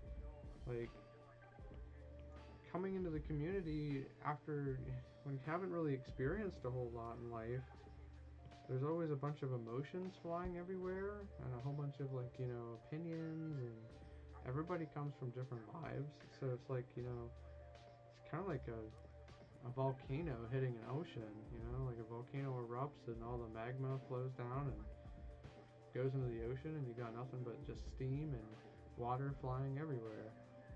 And it's like, it's one of the things I really appreciate about the furry fandom is there's a lot of perspectives, a lot of things to experience.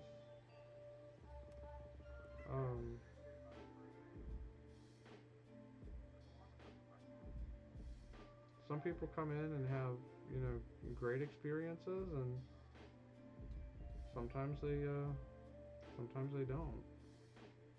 But like, that's just one of the biggest things that I've really come to appreciate about it is like, it's just an endless field of differences.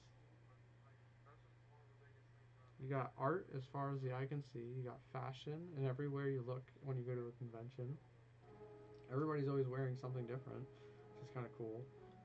Very expressive. You got fursuits, wonderful fursuit creators, and you know, it's just, you got dancers, so many people dancing. It's really like it's a really cool party, like a different perspective on life, I think. Something that I've really come to appreciate.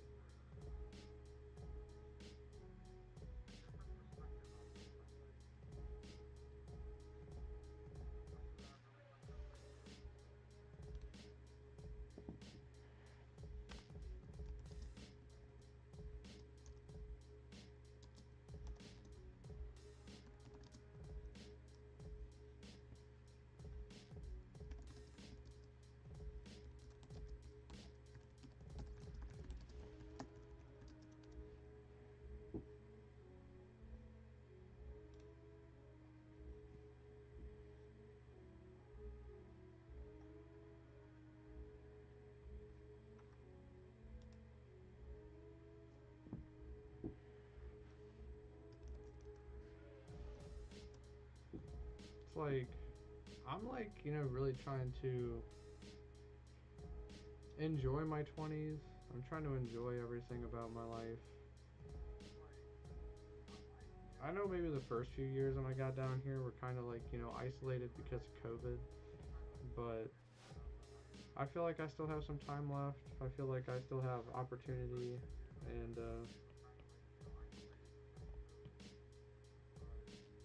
it's been a ride, let me tell you, it's been a ride.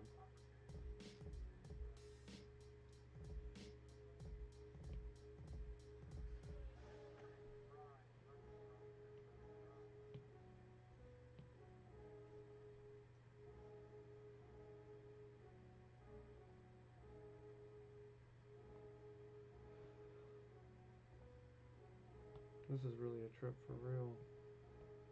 I'm not sure how I want this to be though. Whoa.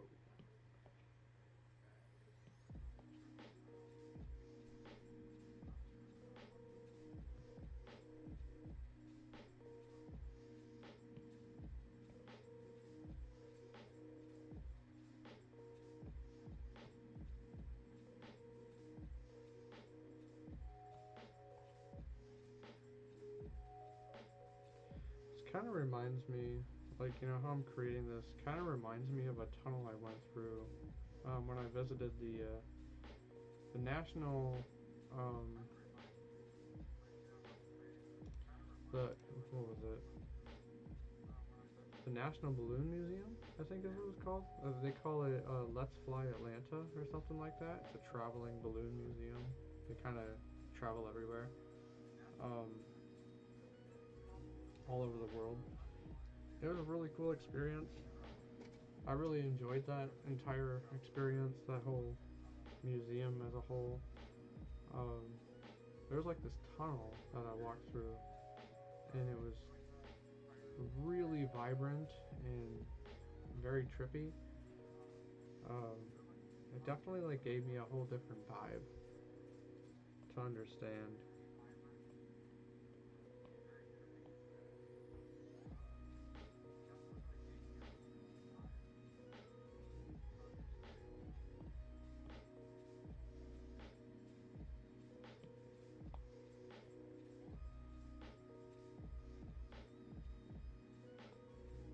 as I like draw this, this is kind of reminding me of it.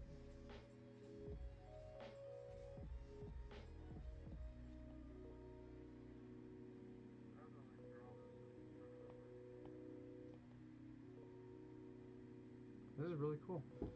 For real, for real.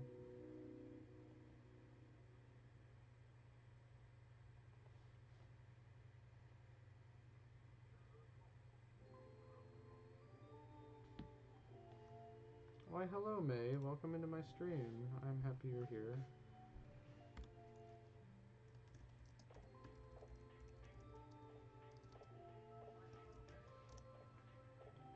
How have you been? How has life been treating you? It's been I gotta say, it's been an interesting trip for me, for real.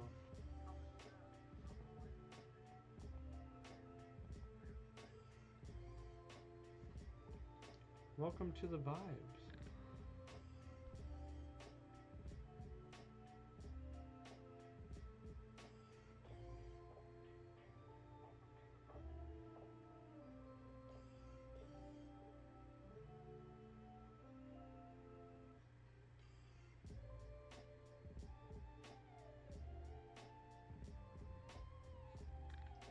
That's interesting too. I thought about helping out at conventions. I feel like for me to help out at convention, I want to like experience it first, so that way I know the ins and outs. I know some people who go and like experience their first convention, and then they're like volunteering at it and helping out, and it stresses them out because they like want to go have fun, but they can't, they gotta go work it. Which, I mean, you get to learn a lot, but I mean, I always thought about helping out at conventions. I think it's really cool, help support the convention. You know, a lot of conventions, especially nowadays, really need the help. But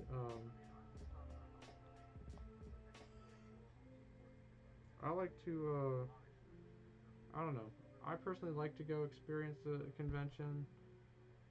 There's a lot of nearby conventions. Now that I've kind of made it around a little bit, I wouldn't mind volunteering at a couple of them. If I make it to them here sometime. But like, I know for example, I haven't even been to, I haven't been to Anthrocon, so I would like to go experience that sometime. I think that would be really cool.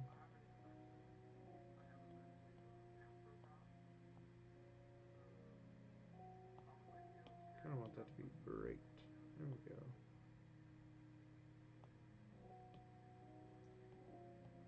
I was actually hoping to make it to A&E this year, but that didn't end up working out either. Which, I mean, it's okay. I know eventually I'll make my way back there. Last time I went to A&E was about 2 years ago. Really cool time. Very cold though, I will admit. Very cold. Can't say like, you know, Boston. That was a whole vibe in itself.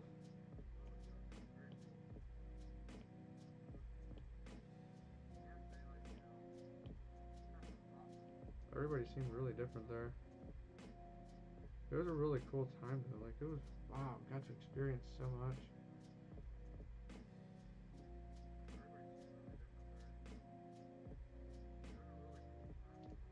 It's what everybody says too. Anthrocon is like a lot of fun from what everybody's told me, and I think it would be really cool to make it there someday.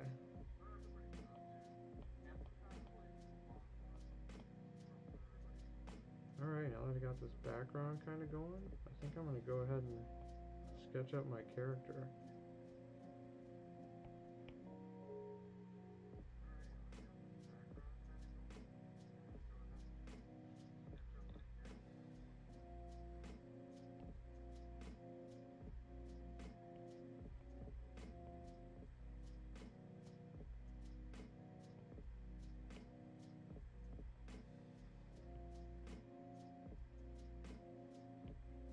Yeah, I feel like a lot of me, you know, thinking about things, I really wish I could go back and kind of shake myself a little bit, like wake up. Like, stop what you're doing.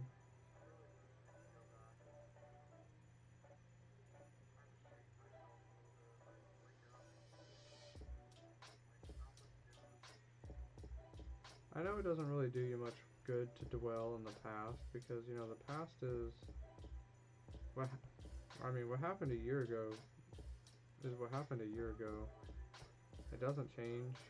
You can't really just, I mean, if only we all had a time machine to just step in and go change everything, I'm sure a lot of us would probably hit the lottery.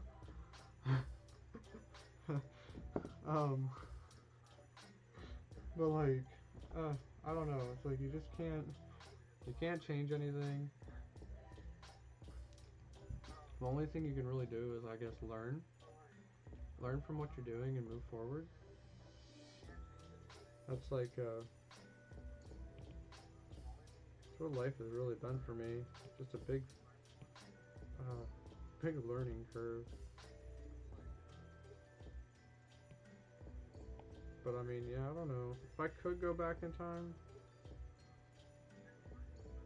and change some things, I sure as heck would. But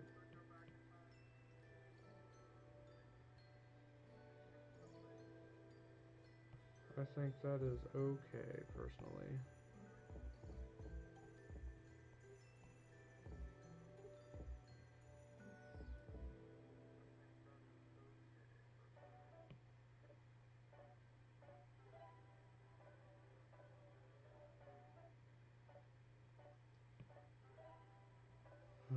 Like, dang, man.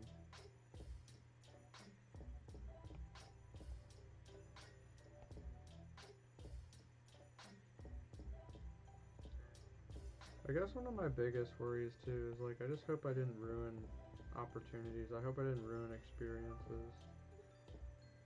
I hope that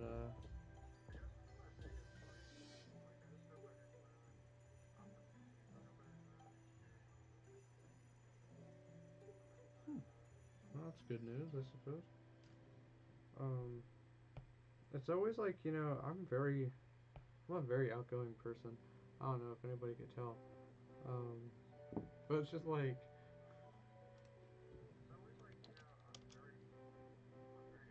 I like to strike conversation. I like to talk when I go places. I like to hear about people's experiences. I like to, you know, I'm kind of like that one person that I guess like some people would put me as like I had a friend actually tell me this recently, and I mean I kind of agree with it. Um, I could literally strike a conversation with most anybody, and 9 times out of 10 I don't even really try. The conversation just kind of always finds me. Like I was just at a coffee shop not even too recently, and someone walked right up to me and started commenting like a neurobiologist. I was like, okay, whoa. Came up to me and he's like, you know, started talking to me about my wrist because I had it wrapped. Sometimes when I exercise, I do pull-ups, and like I kind of hurt my hand a little bit. Um, so I kind of wrapped it to, you know, keep it restrained and help it heal. And like he came up to me and started like just asking me questions, you know, talking about it because he was like, yeah, you get pinched nerves and stuff like this and that, and I was like, whoa, huh. And he gave me some tips and stuff to take home, which I was like, well, thank you. It's really kind of unexpected. I'm not gonna lie. Um, Usually when I go out too, I kind of wear what I want. I don't like I don't like dress the I guess what would be considered socially normal. I always wear different clothes. I really enjoy fashion. And another thing that was commented on was my hat, which I actually picked up last month, towards the beginning of the month with some friends. Um, this hat means quite a bit to me now. I actually, like, during New Year's, I lost my other hat. I mean, I got it back. It's hanging up on the wall now, thankfully. But I stayed over at somebody's and I was like, you know, my hat is like my lifeline. I love my hat. I gotta have it. So I had to go find a replacement because my head just felt naked. And we were going around. We went and hit up the mall and stuff, and I found this hat. I was wearing the same outfit that I wore to Comic Con, which is kind of like a candy corn um, style clothing. It was really cool, very vibrant colors. So like we stopped at this Japanese like store. Um, they had a whole lot of really cool stuff in there, and one of them was this hat, and it just matched my entire outfit. And I was like, all right, yep, that'll do it. And now it's kind of just been it's stuck with me, and I really enjoy it. And somebody saw it and they asked me like, you know, what's that on your hat or on your hat? And I was like, I'm pretty sure it's a cookie, but I'm not entirely sure. I can't really tell with my thing yet. Not really sure what that is. If I were to like look it up, I might. I think it's called Shuki.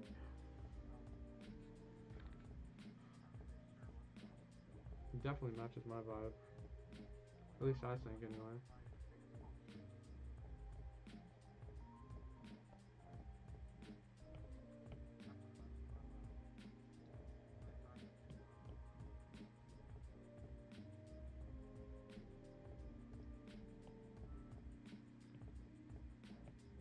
But I don't know. I'm just like, I'm really kind of like that person where I feel like I could be just standing there minding my own business, and somehow a conversation would just find me. I don't really complain either, because like, I mean, I talk a lot.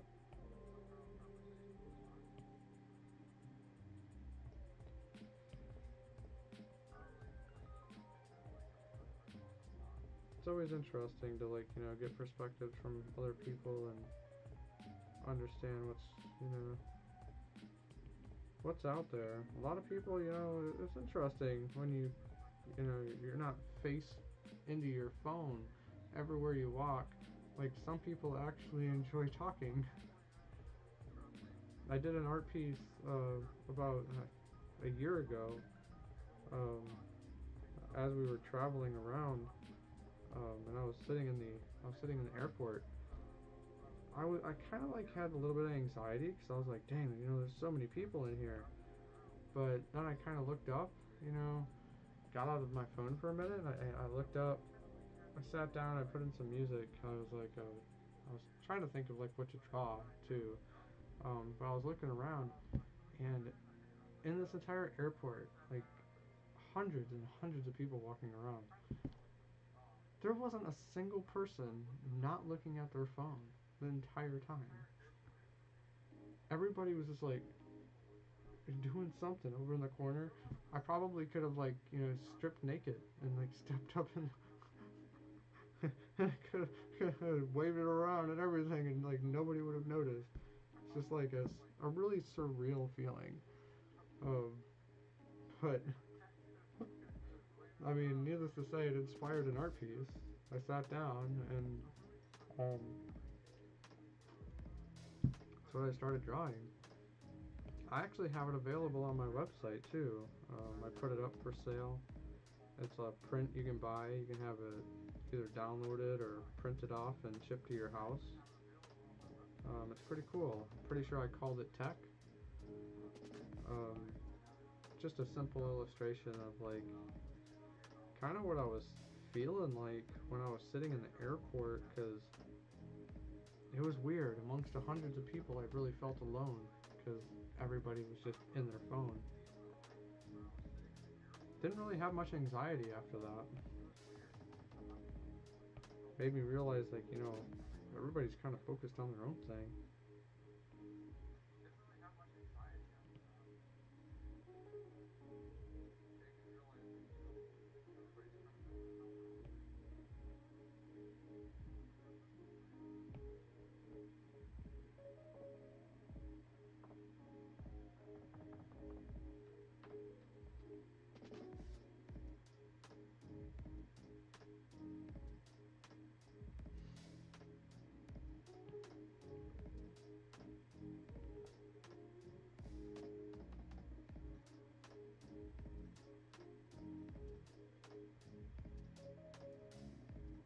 I wonder what the next place will be that I travel to. Can't be too certain, honestly.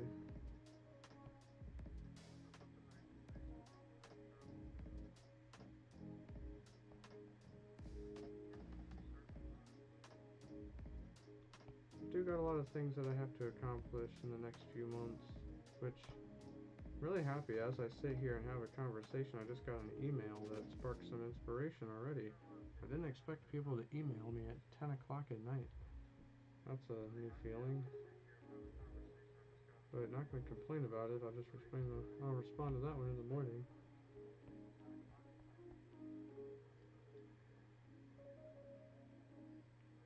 I will say,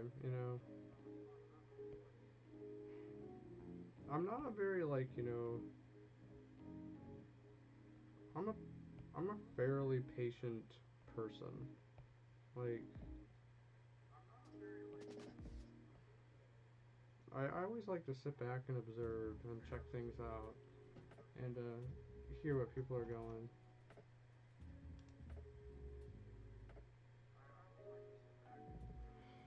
Um,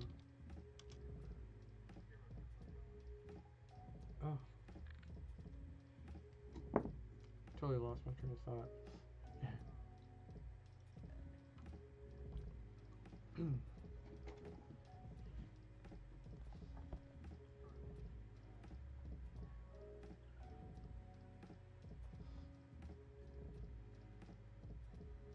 Uno, dos, tres, cuatro. Oh, alright, yeah. So, as I was saying, I always like to, sit back and observe things and really learn what's going on. And I feel like through life, I've been able to really figure out a lot of things, like how to handle things. Um, I feel like some people are always just rushing and not really paying attention. And one of the biggest things that makes me feel like I have, and I mean, as I'm currently going to counseling for it, I have ADHD, is I feel like I notice a lot of things that a lot of people don't. I can problem solve in certain areas that a lot of people can't extremely fast. And I can kind of operate at a level that a lot of people just never really seem to compete sometimes. And, it doesn't make me any better than anybody or anything. It's just, sometimes I struggle with some things, and sometimes, I can do things multiple things all at one time that would usually be extremely complicated to that of most people. Um,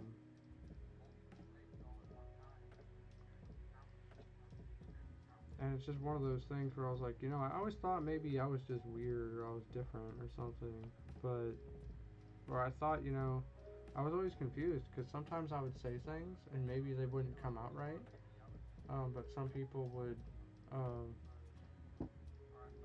some people would point out that doesn't make sense, or they would seem confused when I would explain something. And moral of the story is I'd be like, listen, if you do this way, it's probably gonna go wrong. You shouldn't do it that way. You should do it this way. So that way you either A, don't get hurt, or you don't it doesn't go wrong. There's a better way to do this. And amongst 4 or 5 people, all 4 or 5 of those people will sit there and just be like, what do you mean? And it confused me. And I'd sit there and be like, maybe I'm wrong or something. I don't know. But then they would go and do the exact opposite. They'd all be in disagreement. They'd go and do the exact opposite of what I said to do, and they would always be wrong. And then they'd look at me like, "How the heck did you know?" And I'd be like, "I don't know. I mean, I just knew. That's just. I mean, how did you not see it?" That's kind of my thing. I was like, how come you didn't realize this before I did? I mean, a lot of situations too, a lot of people would have some considerable experience in some of the things that I'd be noticing, and I would notice it before them, and I have zero experience. So it's just my therapist wants to call it a higher IQ, um, or they say I have like a, I mean, I guess some people with attention, I mean, it can also be a trauma response maybe, from what they told me, but, some people have a higher IQ than others where they can register things that some people can't. They can problem solve a lot better. They can, you know, they can excel in certain things. And I guess, you know, I have a multitude of different skills. I'm really good at artwork. I'm very self-motivated in a lot of things that I like to do. Over the years, I've learned kind of just learned how to like survive at my own pace. I always try something different. I like working with my hands. I'm great with hands-on experience and working like in an environment like that, but I'm absolutely terrible at book work. Like, goodness, try to get me to sit still in a class and it just does not work out. It's kind of why I always doodled on my homework when I was younger, because I mean, I'd be sitting in a boring like, you know, biology class or something, or a math class. I really didn't like math. I was pretty good at it for a little while, but it was not my favorite subject at all.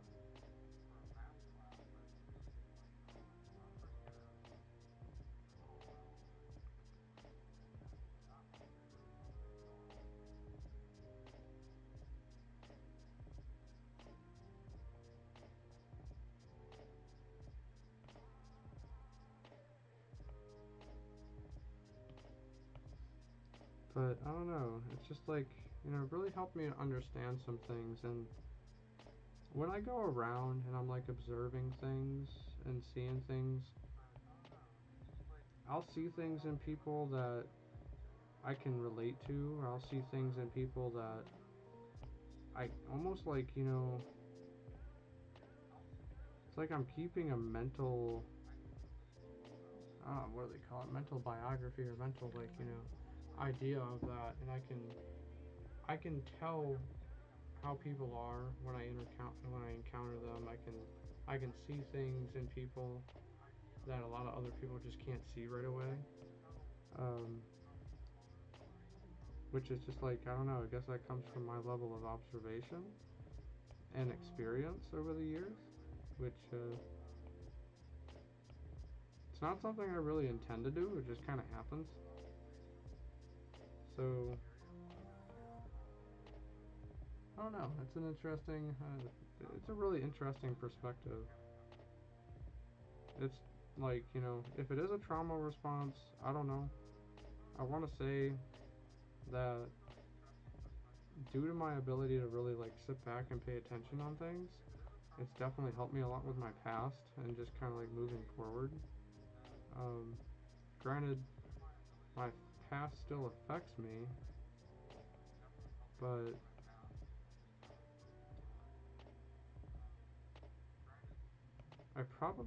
I don't know, compared to a lot of my other siblings, um, I always saw myself going down a path that I was like, this probably isn't very healthy. Um,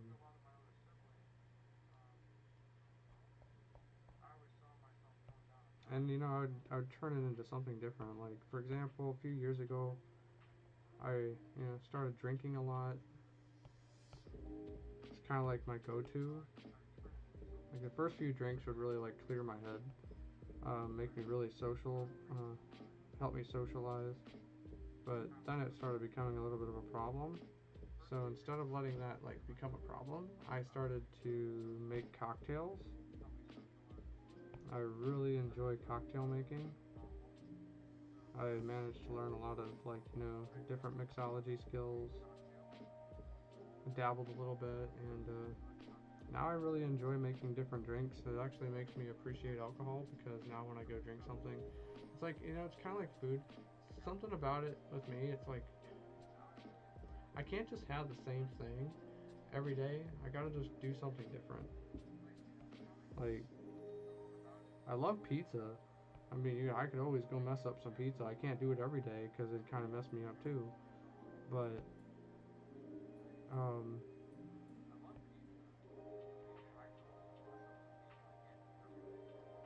like, for me, my palate is just like, it forever adapts and changes. And like, you would never catch me eating at McDonald's. I might get like some nuggets or a chicken sandwich, I guess. But like, I guess what I want to say is you'd never catch me eating a burger. Like, I completely avoid Taco Bell at all costs. Like, that food just is not good to me. It doesn't taste good, it doesn't make me feel good.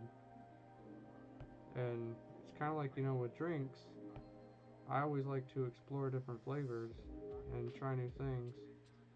Um, and over time, I guess I just kind of started getting used to it. So now whenever I go to like a cocktail bar or I go somewhere, I look on the menu and I look at the ingredients that are made in the drink. Um, and it'll help me figure out if I want like what drink I want, because if it's all the same ingredients I have at home, I can just make the cocktail at home. But if it's there's a couple ones in there that I'm not familiar with, I want to go ahead and get that drink because it's a new experience for me. It's a new flavor. It's another thing that's kind of helped me cook over the years too, because I went from like that to cooking food and really experiencing like I absolutely love cooking.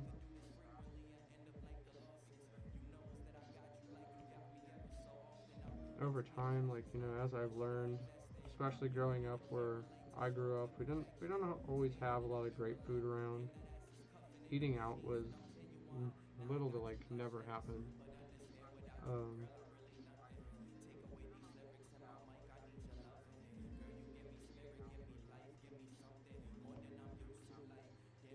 but like over the years, I started like learning ingredients.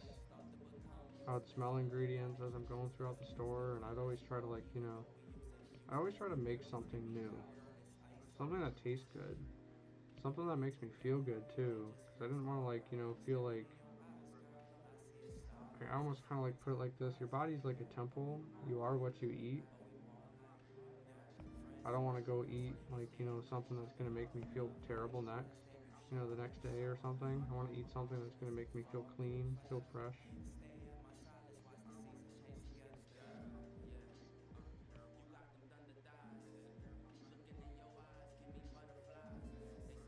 It's another reason why I like to just make food at home. A lot of food you like can get at most places, you can make at home for 10 times cheaper. Like, I mean, most fast food places, like for example, teriyaki chicken. Like, this is the big thing. A lot of people get Chinese food. Orange chicken, teriyaki chicken. Like, teriyaki chicken's like 3 ingredients.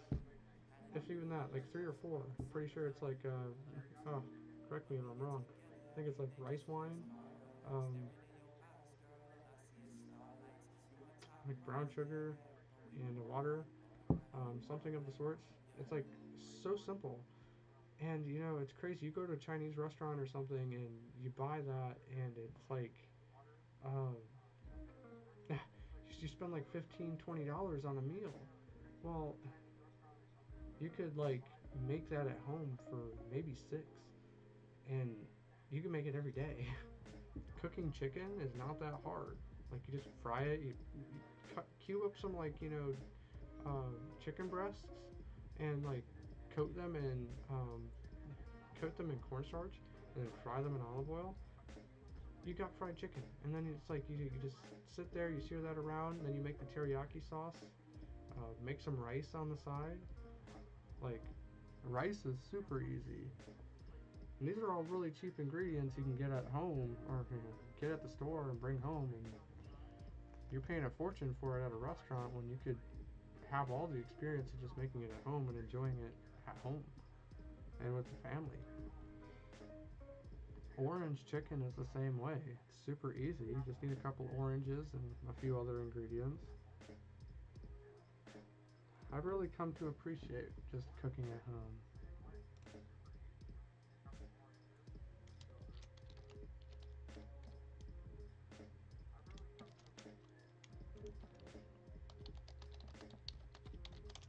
Also, hello, Mocha. Thank you so much for the sub. I really appreciate that. For real, for real. Happy to have you here. What is my go-to comfort food? Well, I mean, it's the sweet life, of course. I have to say waffles. Like, maybe it's just me. Like, I just mean waffles are great.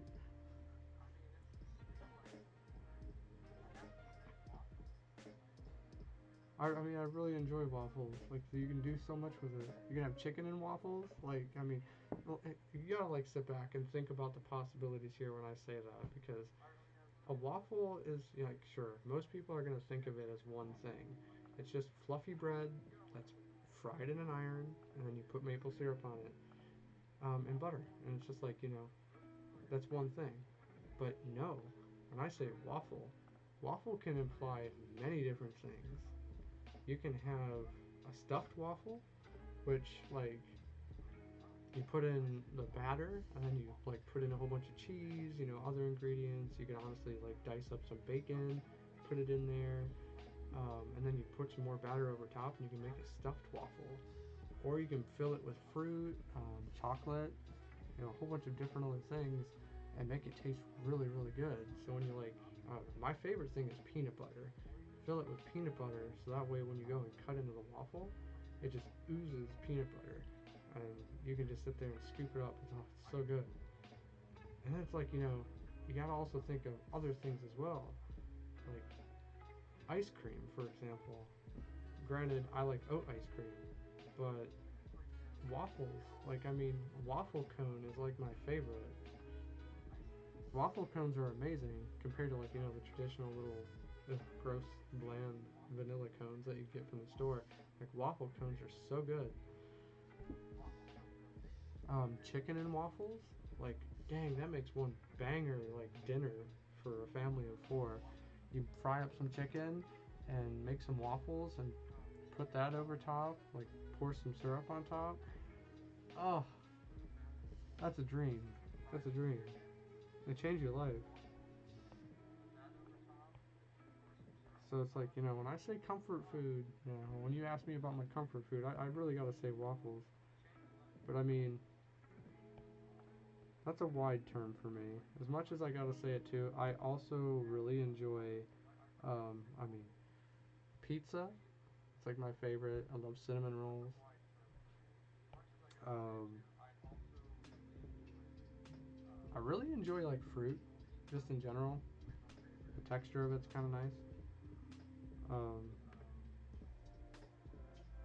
I feel like that's like a lot of my go-tos if I'm like thinking of that. Fried chicken, without a doubt. I love fried chicken. I could eat fried chicken all week and be totally satisfied.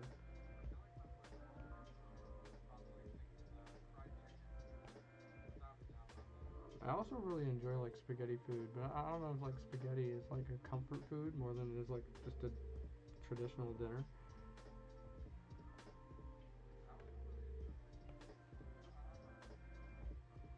Hey, I gotta say too, like, I recently just found something too.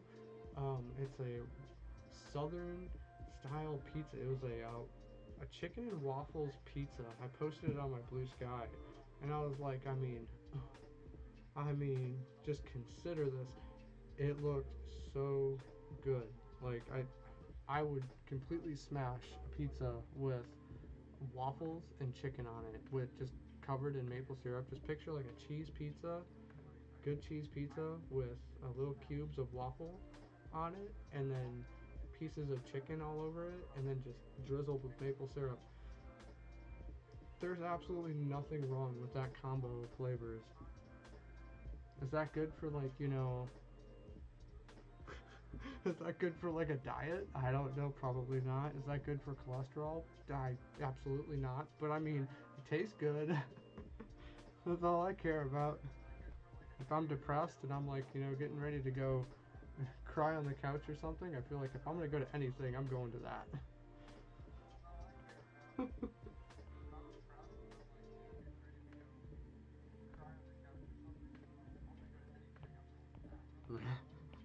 I have me a big fat cheese pizza just smothered in chicken and waffles and live life, you know?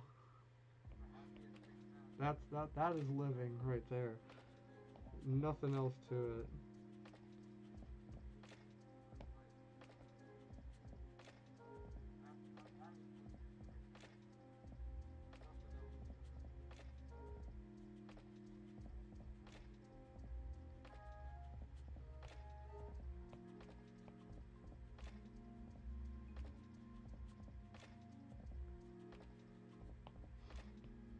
Gotta say too, you know, like I don't know, I've really come to appreciate food over the years. I've appreciated a lot of like different things. Um, One of my things is like breakfast. I really enjoy like eggs and hash browns, but I always make it different every single time. And I'll make like a cheese sauce. That's super easy. Um, and I'll pour it over top. My breakfast is like, I feel like if you're gonna start your day right, you should start it with a decent breakfast because that's gonna like determine kind of how your whole day goes, give you all the energy you need. And I like proteins and stuff, like my starches.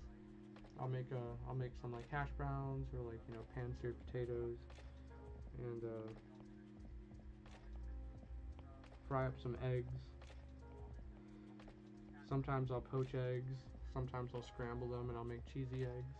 I'll fry up some sausage and mix that in with the cheesy eggs, and I'll put that over top my hash browns and my potatoes. Like I change it up every single time. Always got to make something a little bit interesting. Especially when you start adding like fresh vegetables to that. Like if I'm gonna have eggs and hash browns or something, I always like to pair it with tomatoes or like grape tomatoes. Some of my most favorite things. Or I'll dice up some cucumbers and I'll have that with my breakfast. Avocado is really nice as well. I love avocados. Like avocados and guacamole is like my life for real. I love guacamole. I love avocados. Um, yeah, I always try to do something different. Definitely recommend it too. You want to see some of the food that I make? Like go check out my Blue Sky. I post a lot of food on my timeline. I love just cooking and trying new things. Sometimes I'll post recipes. I'm trying to get better at doing that. Like I usually when I cook, I just kind of create. It's kind of like it's just like what I'm doing with my canvas here. Like I'll draw, something new every single time. When I'm cooking, I'm always trying something new. So usually when I make something, it's probably one and done. I'm trying to get better at like writing down ingredients and stuff, so that way I can keep better track of this stuff and like share my recipes because I know a lot of the food is really good. And usually when I make something, it's not all that incredibly difficult. Anybody should be able to make it.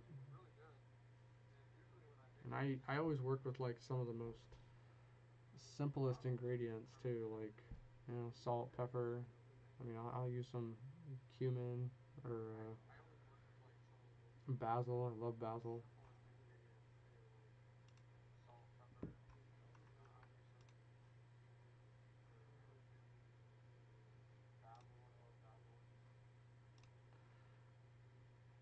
Um, hmm. I don't know. Now I gotta think too. Like usually when I'm making food too, I'll incorporate a whole bunch of different like ingredients. Like a lot of ingredients, I guess a lot of people aren't typically used to incorporating into their breakfast. Like I always like to pan sear some carrots, um, kind of just enough to where like they're seared, they're kind of cooked through, but they're still a little crunchy. Very enjoyable. And I'll pair that with my eggs in the morning or my hash browns, or I'll pair it with any meal. And this is like a really super easy one. If you're gonna go cook some carrots or something, I encourage you to like dice it up, or cut them into nice thin strips and like break them in half and then put them in the frying pan.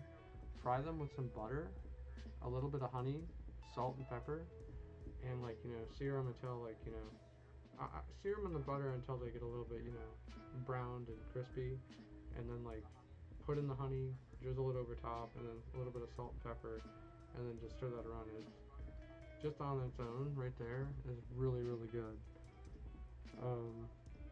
And it'll add like, if you like throw in a little bit of sugar too, it'll coat the outside of the carrots and give them a little bit of a sweet crunch to them. Almost like it almost makes it taste like a sweet potato or like yams, which makes it taste really, really good for me. It's a super easy side to make too. Like if you're just like, oh, I need to have a side with this food. I mean, it takes literally 5 minutes to do this. It's not that hard.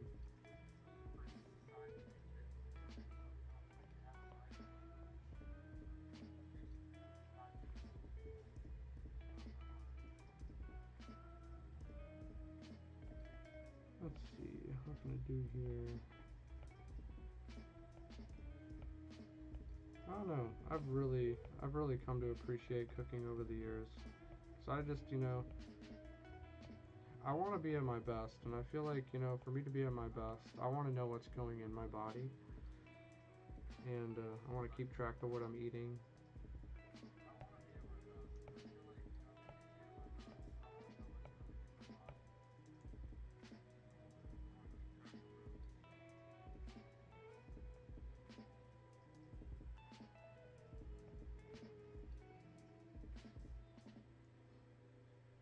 I definitely feel a lot healthier too. Like I just don't, fast food is just not my thing. Although I do bend sometimes.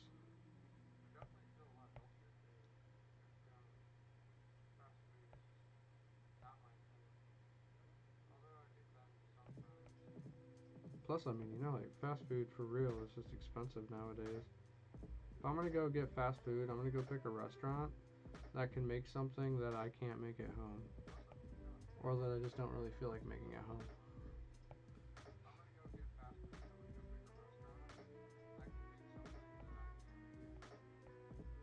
Usually I like, even like pizza. I do bend sometimes, like pizza. I like to make my own homemade pizza. It's really good, it's really easy.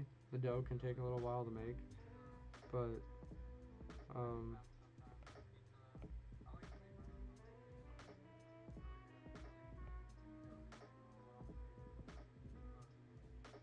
that is easy to prep though. Like you could always make the dough ahead of time and make spare dough and then like keep a roll in the freezer, and whenever you want a fresh pizza, all you do is you just pull out some dough, some tomato sauce, and pepperoni, a few pieces of mozzarella, and you're good to go.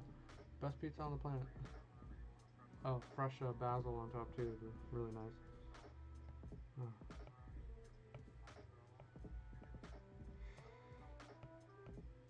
Where on earth is my tool for this? I've been looking for my tool. I don't know where it went. I think I might have accidentally deleted it. Oops. Might just be really small too.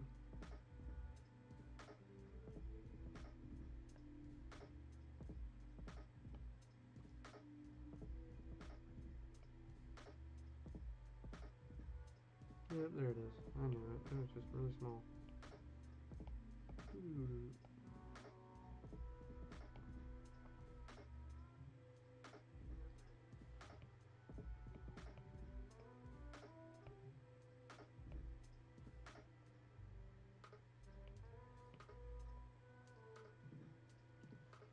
I don't know.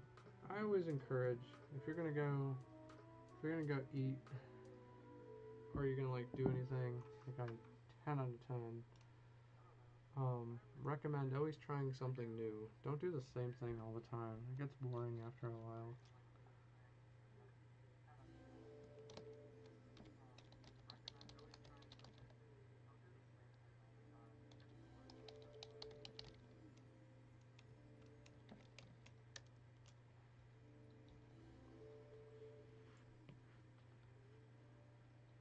How are you really supposed to like, enjoy the full potential life has to give you if you don't step outside and do something new every once in a while?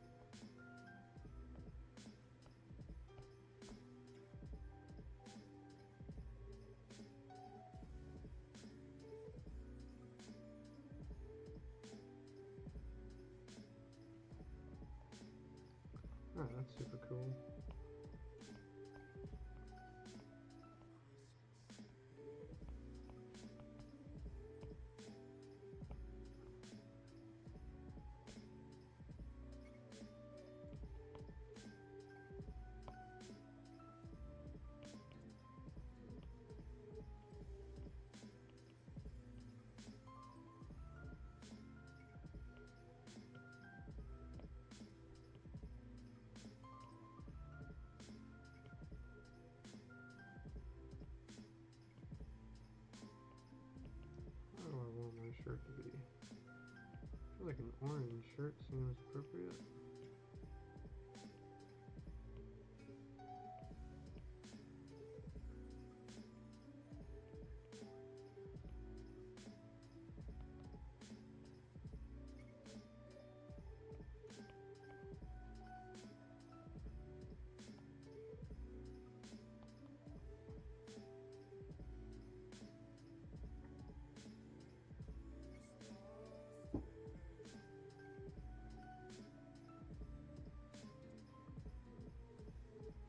Life for real, life for real is just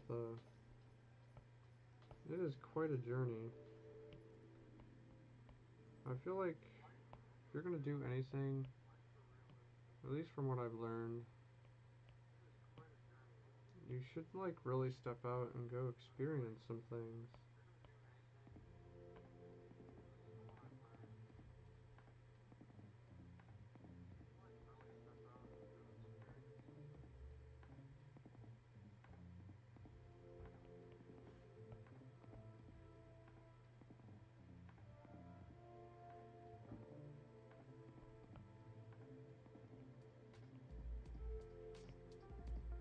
You know, even if it's just like small, like go buy some clothes you don't usually buy. Go get like, you know, a cup of coffee somewhere that you've never really stopped at. Like that weird restaurant that you always pass all the time and smell good food coming out of. Maybe like go in there and check it out.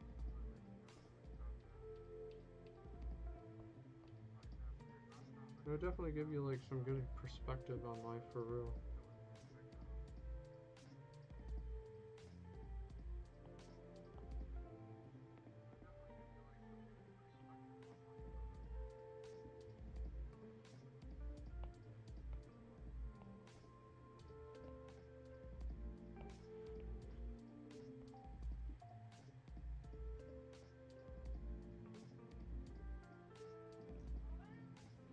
Well, hello.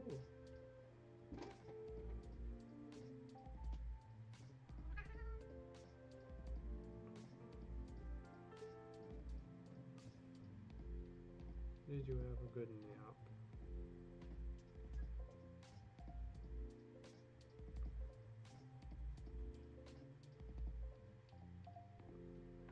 Hello, this would be Wee Wee, by the way. His name is Kiwi. He is a blessing and a half, I have to say. This would be my cat.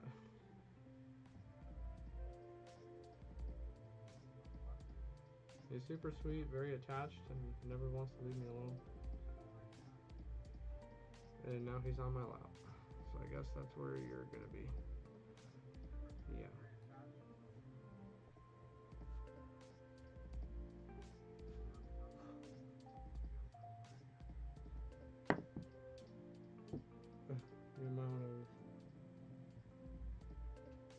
The amount of attitude this boy has when you miss his food.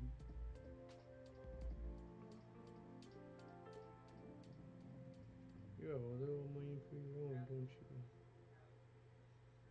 You're adorable. You're the best thing. I don't know what we ever did to deserve you. No.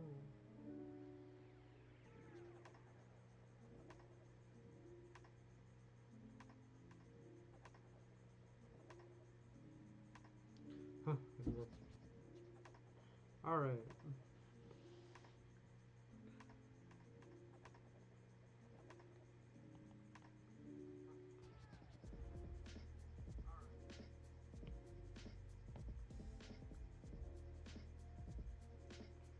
Another thing that I like, you know, I have to take, like, you know, take from my life as well is my appreciation for animals.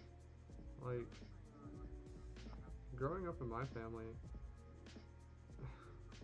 needless to say, everybody who says that they know what they're doing when it comes to taking care of an animal, I always ask one simple question. Alright, how do you take care of an animal? And if your answer is you feed it, you give it water, and you change out its litter box, And that's like it. And then every single time you're saying it, just going it, and you're calling the animal an it. Just like makes me think a little bit. My family, like, they never really took good care of animals. And I figured if I was ever going to get an animal, I'll make damn sure that I know what I'm doing. So I read a bunch of books and I looked up a bunch of articles, and over the course of time, me and my fiance, we just like little bits here and there, watch videos on YouTube, um, learn how to better take care of our pets, and you know with that, I feel like we've been able to really help raise the bestest cat on the planet. Like, I don't know what else to say about it.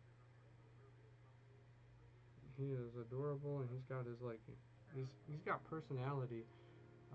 He looks at you, and he just like you can tell he's thinking, and I feel like that's how it's been with animals my entire life.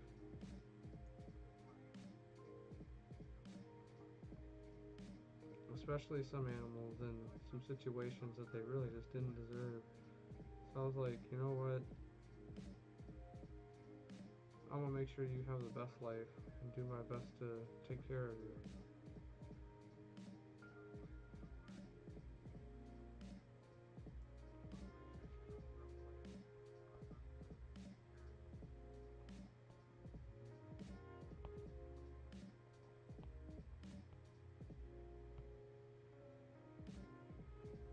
And that came with, obviously learning how to do that appropriately.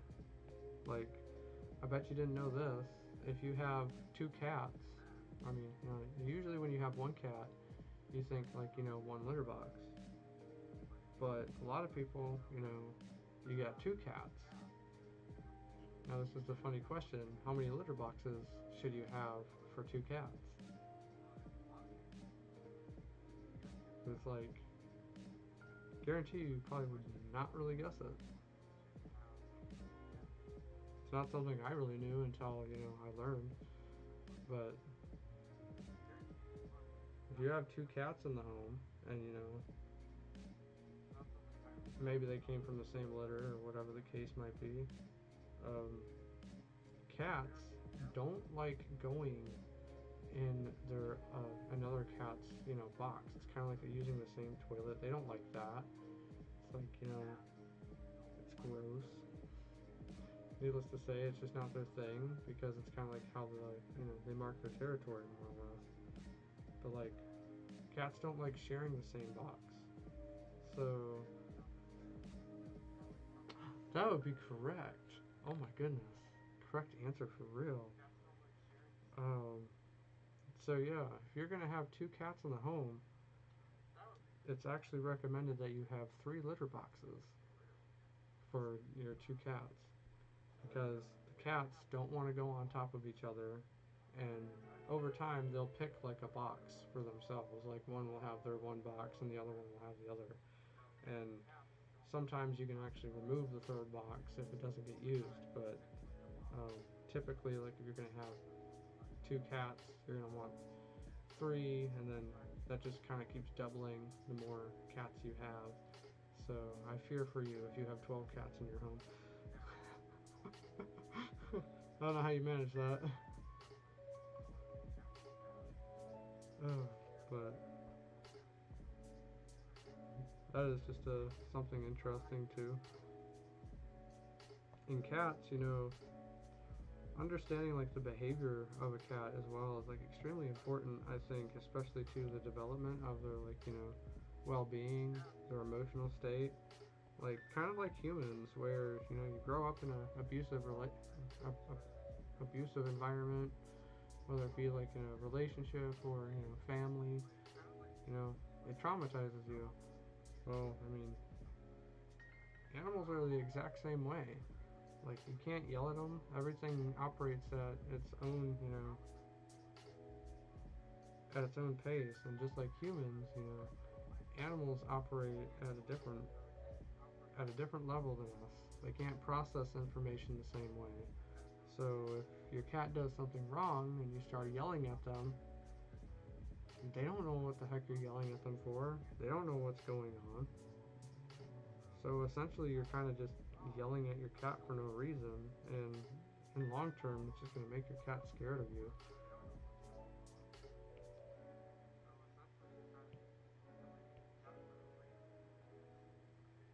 It's just like, food for thought for real. There's like small gestures you can do to teach your cat, give them treats. Definitely like, being calm around them helps.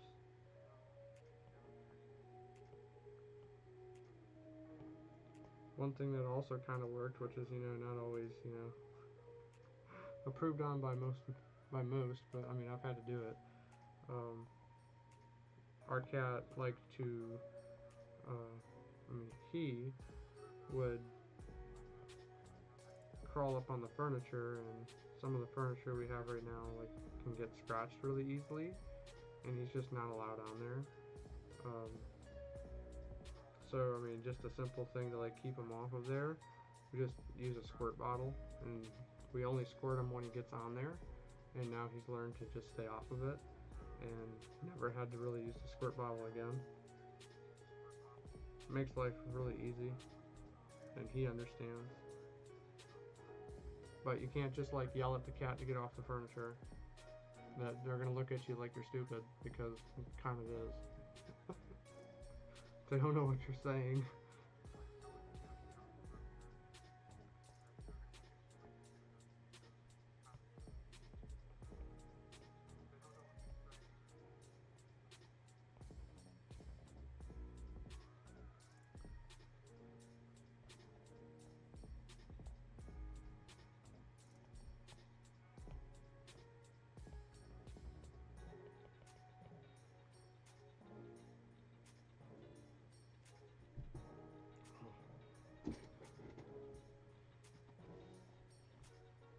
I don't know. It's kind of funny though. He's been an amazing cat. Like, by far. Do your research. 10 out of 10 recommend it. If you're gonna have a pet, make sure you you want to take care of your animal, because then they'll take care of you. They show their appreciation for real.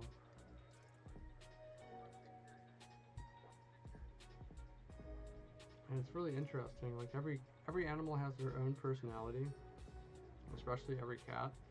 Like, he's really particular. He doesn't eat anything other than his dry food. Like, he refuses. I drop food on the ground, he won't touch it. Tried to give him like treats, like canned food. Won't touch it. It's just not his thing. Makes it a little bit easier, I'm not gonna lie. Don't have to worry about, like buying treats every other day. But really loves Temptations. Temptations is really nice.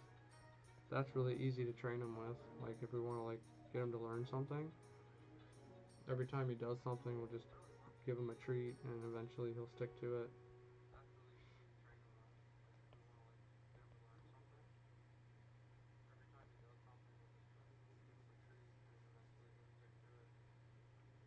But he is a very special cat.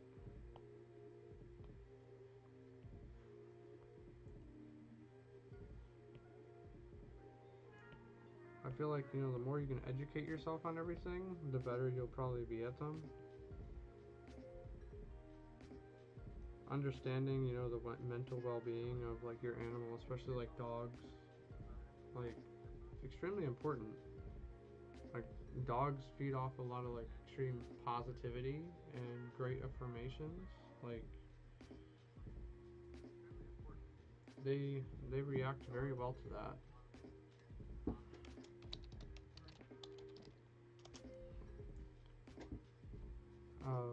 Especially when they're learning or training, because I mean, dogs are really like, they're very special. Like a canine, canines, like, especially they have such a strong sense of smell and character. They can smell. Like, for example, I think somebody told me at one point, if I remember correctly, they can, like, for like a recipe for a cake. All right, let's say you like put a cake on the counter. All right, you're gonna like taste it, and you're gonna like taste the frosting or something. You're gonna smell it, and it's gonna smell sweet. Well, a canine can smell like every individual ingredient in that cake.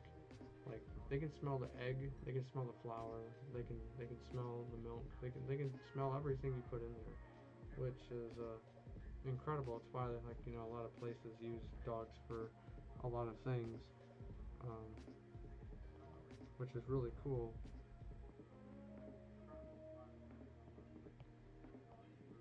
But they work very well off of like positivity and affirmations. So like if they do something really good, like giving them a treat and like calling them a good boy over and over and over again is like it's really good and very healthy for them. But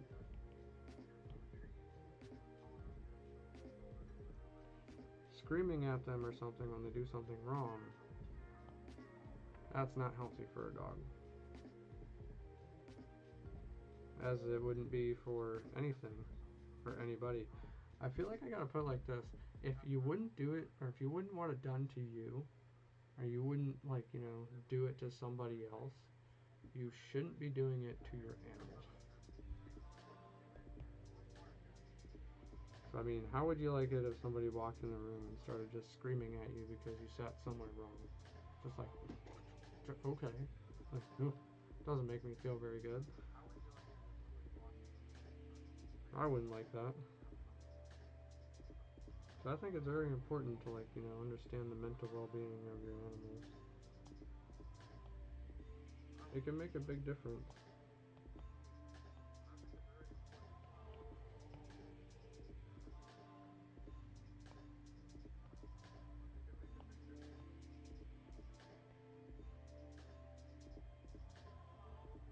And in the long run too, with that, you're gonna be able to bond a lot better with your animal. They're gonna love you. Like, it's recommended too, especially with like cats, that you at least play with them 15 minutes a day. It, you know, he gets a lot of attention, but work with it as you may throughout your schedule. But it really helps an animal bond with you, and like it'll make that connection a lot more deep, and you'll actually learn a lot. You'll learn a lot about their personality. Like, believe it or not, I play with him all the time. We'll chase each other around the house. Like, I'll run to and from one spot in the house, and he'll chase me, and then he'll run to and from one spot in the house, and I'll chase him, and we'll just kind of like we'll play leapfrog, play around. And I can tell too when he's really being playful because he makes this really cute face that's just like, oh, it's adorable. Like, it's so different. It's just like, and not like that of any experience I've really had with a pet in the past, especially in my family. So it's just it's interesting. We've got a very strong bond, and that's just come from the years of understanding.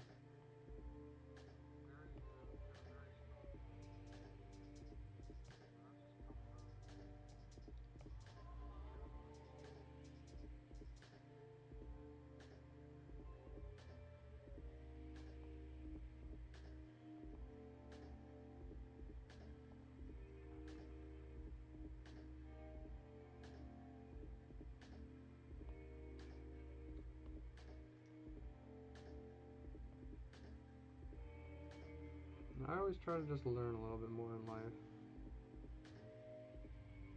If there's something that I could do better, I always try to do better.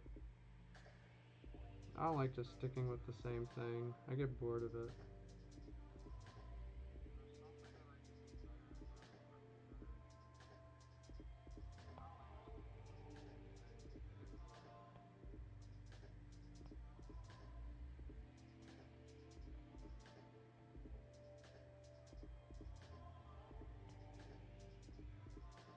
There we go. I think this is looking really good. I think I could probably add a little bit of some glow here and a little bit. That'll really help lighten up the picture.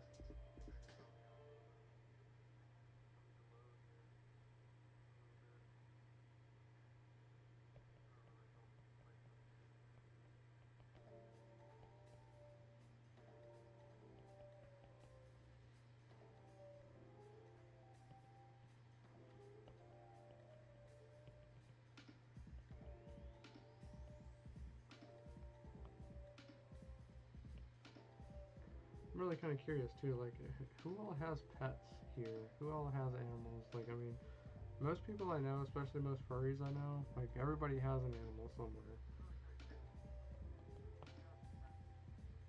I know a lot of dog owners. There's actually kind of like, you know, a hope that we get a dog at some point, but never really got around to that.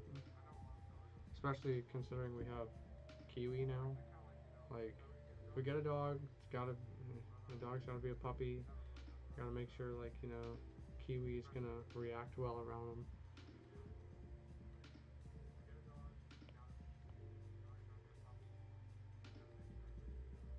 They gotta, like, learn to adapt. I don't know, like that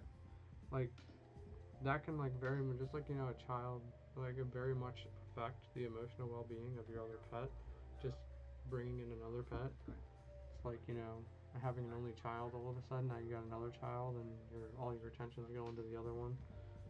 They get jealous. They get grumpy. They get depressed. It's just really interesting. Something to consider.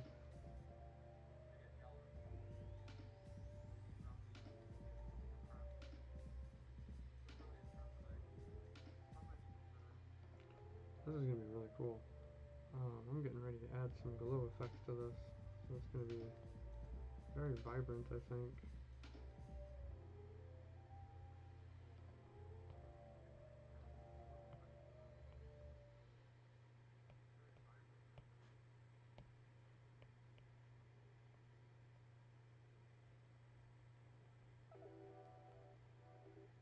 There we go.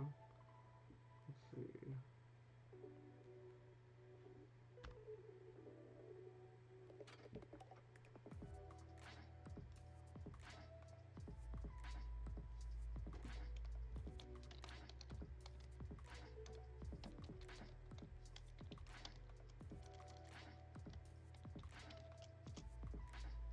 Golden Retriever, for real. Very energetic. I always love Golden Retrievers. Like, my neighbor had a couple. They were the sweetest dogs, for real.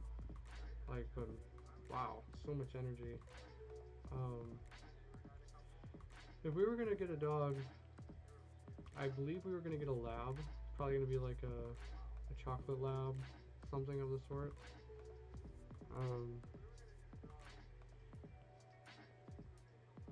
Which, you know, I would like to eventually. I would like to get a dog. I think that'd be great. Don't have, like, the means for that right now, but it was a hope at one point, but now the situation has changed, so things are going to be a little different.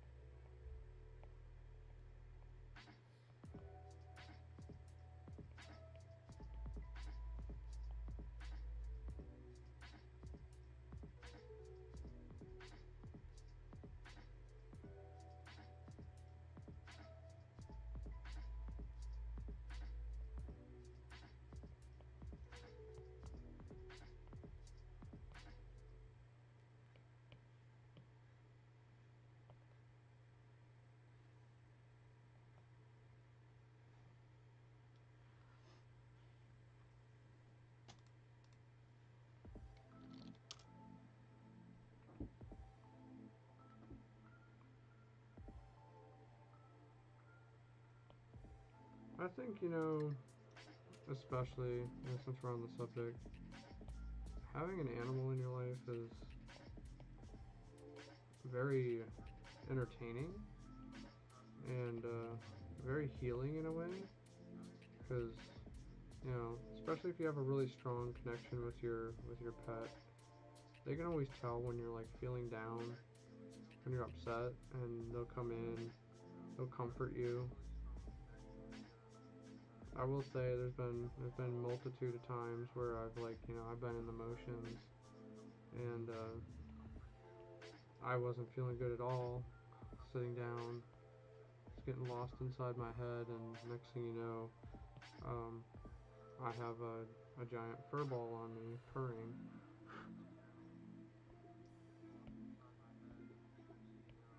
No complaints whatsoever. It's very sweet, but it really tells you a lot, you know? It's like, you take care of your pets, they will, like, very much take care of you. It's a give and take, and really help you out, like, appreciate a lot of things.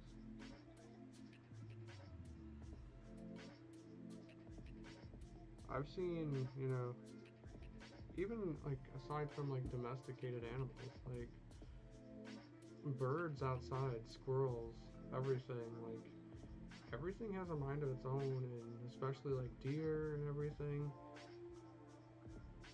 They know. They're not dumb. They know things.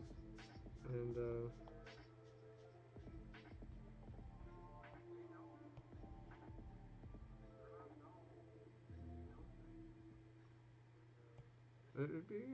it's kind of like surprising when you realize how much they know that you wouldn't really think about. How much they pick up on. Like, I mean, I don't know if a whole lot of people notice this sometimes in some areas, but when, like, you know, hunting season comes around, you'll see deer all year round. Then all of a sudden, hunting season hits and you won't see a single one anywhere. It's not on accident. They know what time of year it is. And they hide. Which, you know, it's interesting. My family used to hunt a lot. I used to hunt in the past. Over the years, I don't. It's not my thing anymore. I don't really like the idea of it. I understand it in like some areas, especially where you need to in order to like support yourself, put food on the table. That was a big thing for my family. Um, it honestly was like a little cheaper to go hunt than it was to actually go buy beef, and my family was very broke. But like, um, I just can't find it in my heart no more, especially when, you know, like, the store's down the road. Really is no need for it here, at least not for me. I have zero interest in it. I just, you know, my heart really just doesn't fall along violence like that anymore. It just doesn't seem very necessary to me.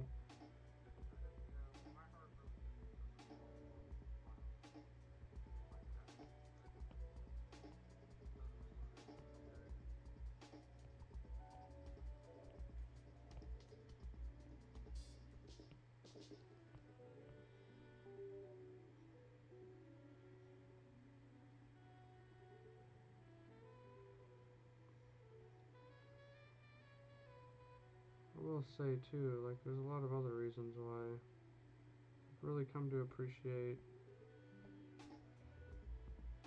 a lot of the simplest things in life too. Like, you really just sit back and you like pay attention to everything outside. Everything has like a balance. Everything from as, you know, complex as the animal life to the moss and everything growing on trees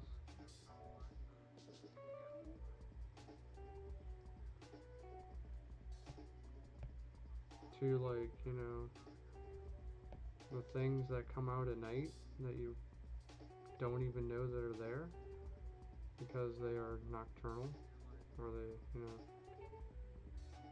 they only come out at night.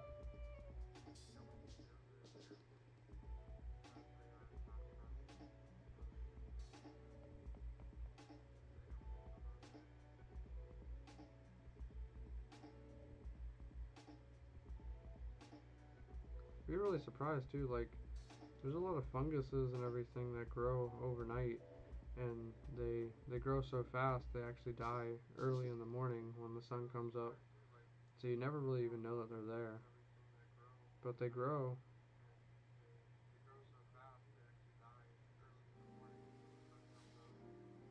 You would never really see them unless you got outside and looked for them.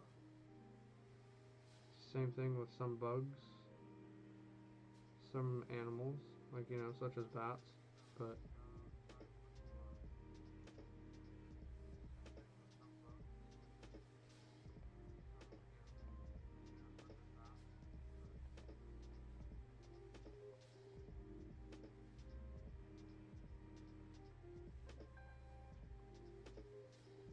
life is a trip for real.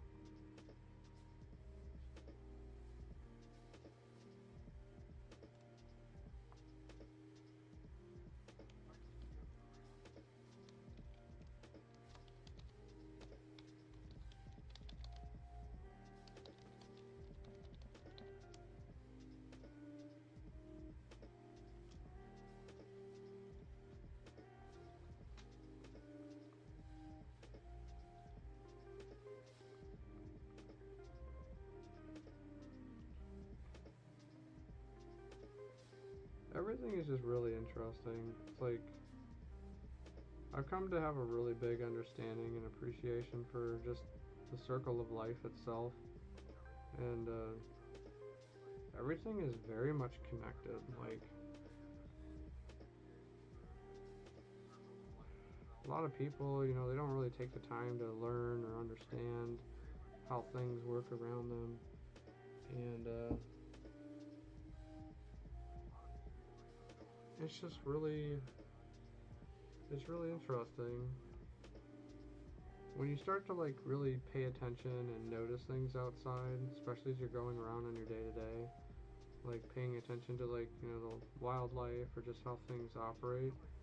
It really can open up your eyes to like see what's all around you. Some people that can be scary because they live in like this simple universe where they don't really like think about complicated stuff like that. Everything is just simple. They wake up, take a shower, they go to work, they come home, they eat, they wake up, they take a shower. It's just like the same routine. um, they go to their family obligations and they don't really see a whole lot in life. Sometimes they get super confused and oftentimes get scared when they learn that there's more. It's just an interesting way of going about it.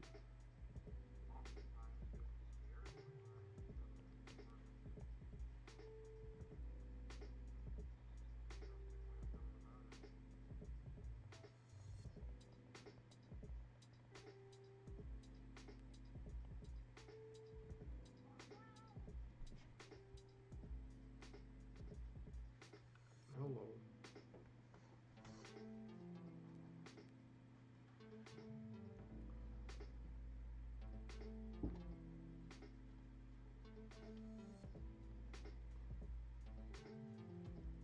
Excuse me, sir. You are interrupting.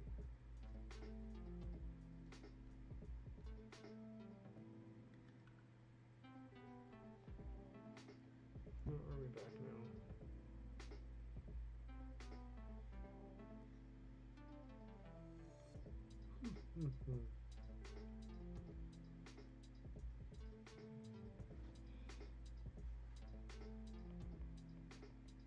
I will say that's also another thing. I feel like a lot of people over the years I've like scared away because I feel like I've opened up their eyes to things that they're just not used to seeing. And when they start seeing these things, they get like super overwhelmed and they run away.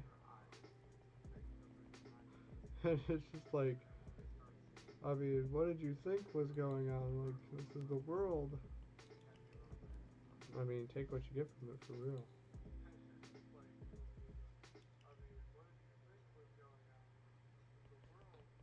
I also gotta say too, like, especially through learning, like, going through motions and everything. I know there's a lot of like substance use out there, and coming from a family that's just like very much abuse substances,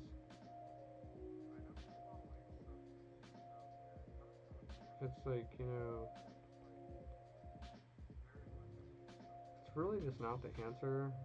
I feel like it's one thing to go enjoy, like, a drink and feel good, talk with friends, on occasions, have fun. It's a whole other thing when you go start drinking to cope with problems that you're trying to escape.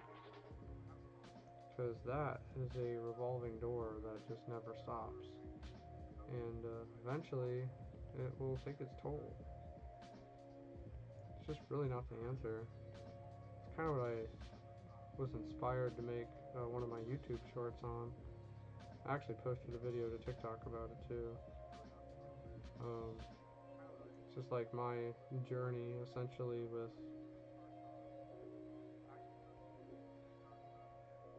I don't want to say I was an alcoholic, but I was kind of an alcoholic. If that makes sense. Once upon a time. And I have had my journeys with smoking weed. And, in the end, it's just like, these things, they were nice at first, but it's different when you enjoy things to enjoy them, and a whole other realm when you start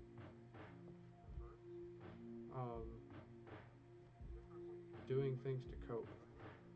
And eventually it doesn't really benefit you.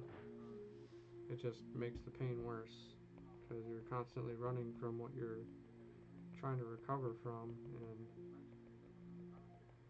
it's doing you less favors than it would be if you were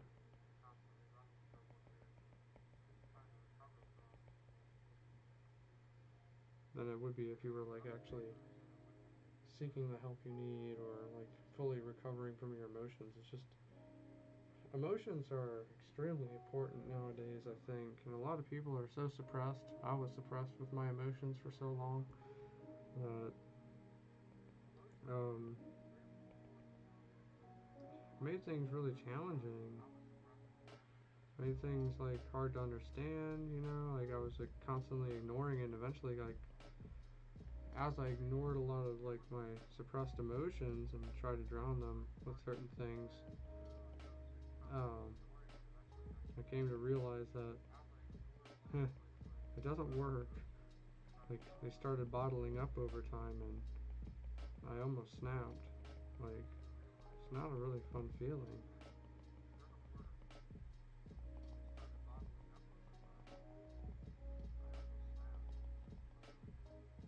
I've had my moments where I'm just like, I kind of want to dip down, and like I said, I do enjoy cocktails. I do enjoy, like, I love wine, but I'm gonna go experience something. I'm gonna go experience something because I want to experience it to have fun, or to, like, enjoy my time with friends.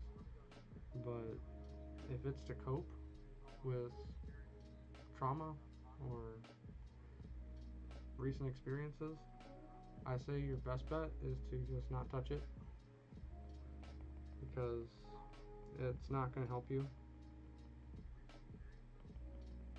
And it's interesting, there's like a lot of things too that I know people, like, stepping aside from like alcohol and other substances, obviously a lot of people also abuse like opioids, over the counter prescriptions. I think a popular one nowadays is whippets, which is like, it's just not healthy at all. I've seen a lot, but like, it's interesting too when, like, you're thinking about suppressed emotions. A lot of people will try to find a way to, like, channel a lot of that energy, and instead of facing the emotions, they'll do something like go exercise.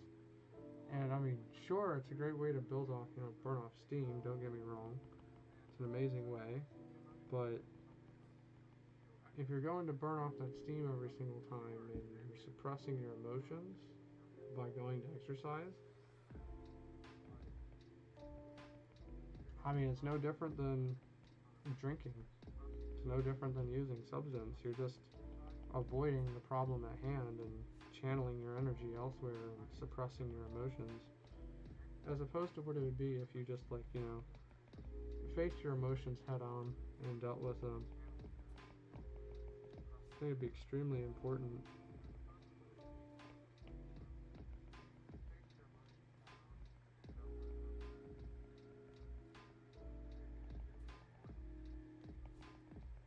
I am a very emotional person. Was I an emotional person like 3 years ago? No. No. But like, am I now?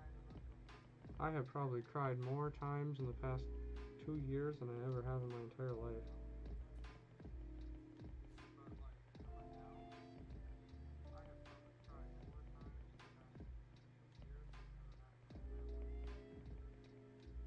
I'm really not ashamed by that either.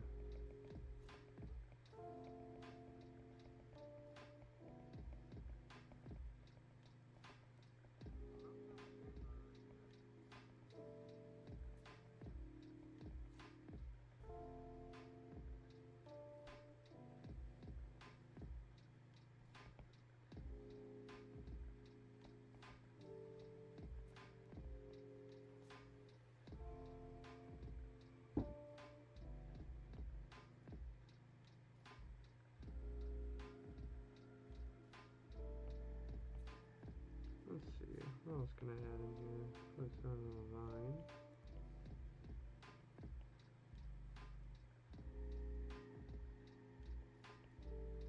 Dark, deep root.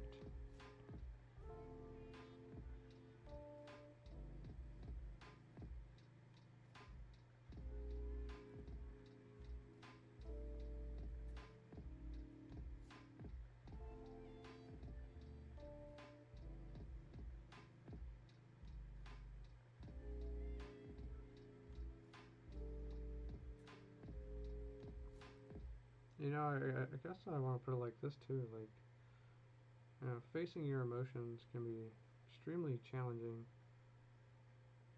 Sometimes it can be like, you know, staring down a tunnel. You're not really sure what's on the other end.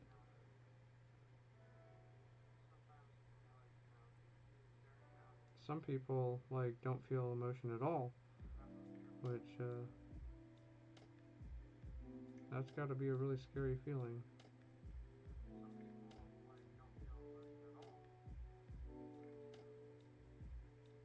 Leaving them very lost and unsure what to do with themselves.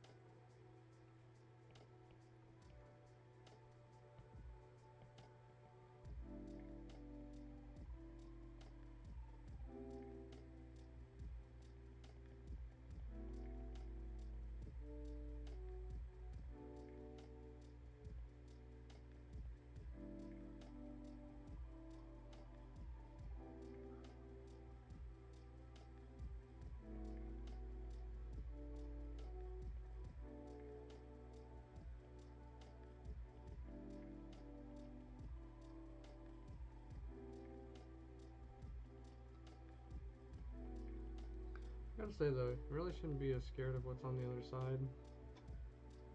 Kind of like me, I always just like keep rolling with the punches as life throws them at me. And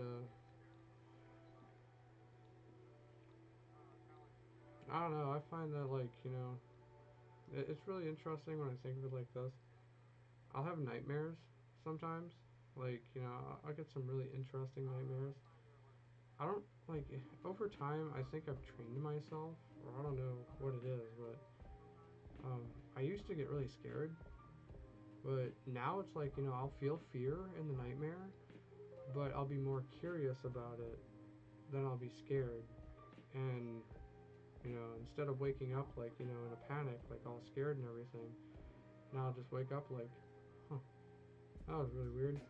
That was an interesting experience. And I can always tell, like, when I'm having a nightmare. I can always tell when something's going haywire. And inside the nightmare, I'll study it.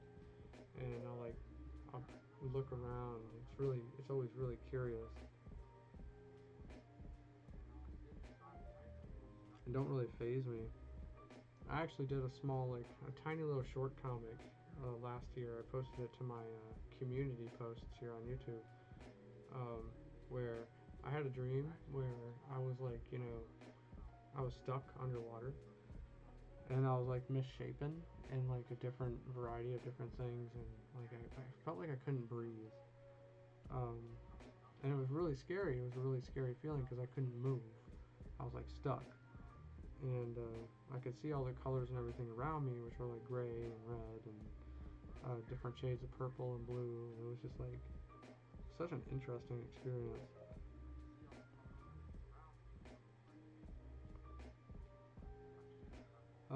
But I mean, I woke up for that dream and I was like, huh. It intrigued me more than it really scared me.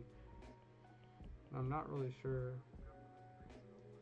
why it happened. And I also drew something, kind of similar to it, similar emotions. I drew something in one of my other live streams, basically an illustration of me underwater. I even animated it, which was like a lot of fun. I also made a small video on that, and I posted it to my animations folder thing on my channel, organization areas. Yeah, I made that video. That was a lot of fun. It's really cool. I posted some added some really nice music to it.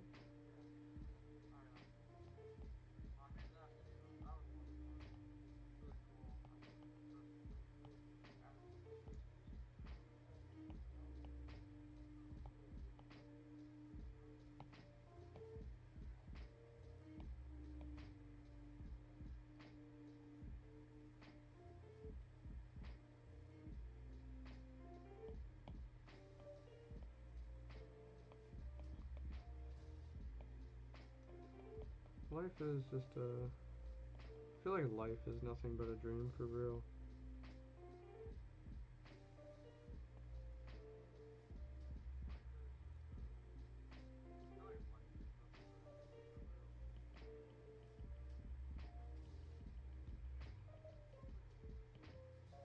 But I don't know, it's just like an interesting perspective over time. And it's interesting too when I think about it. Me and my sister are very much the same. Like she's had very similar experiences. Makes me wonder, like of all the siblings that were born in our family, we both came out very similar.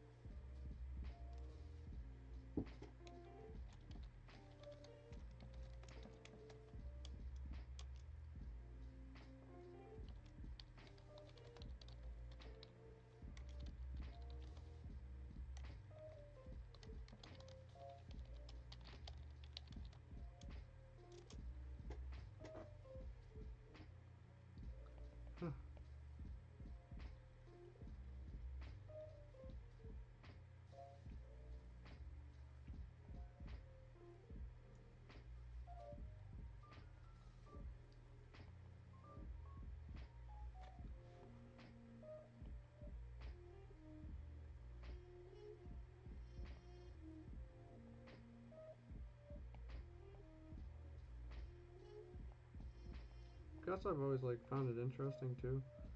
Um,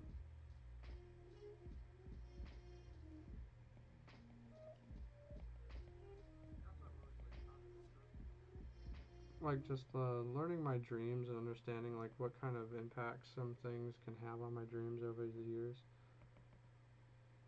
Like there's a lot of things that can influence dreams, like movies you watch, experiences you have in life.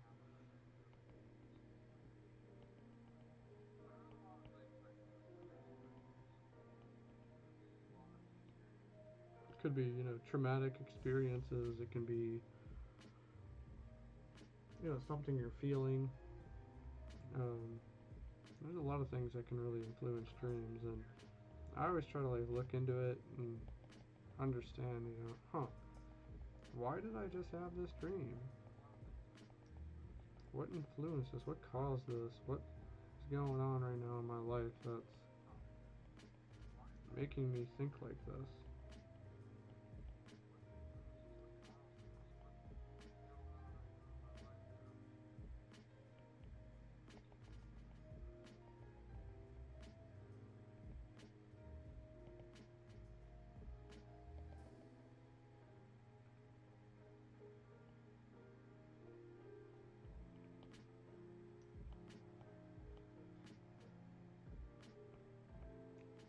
I will say it's definitely helped me like learn how to avoid some things.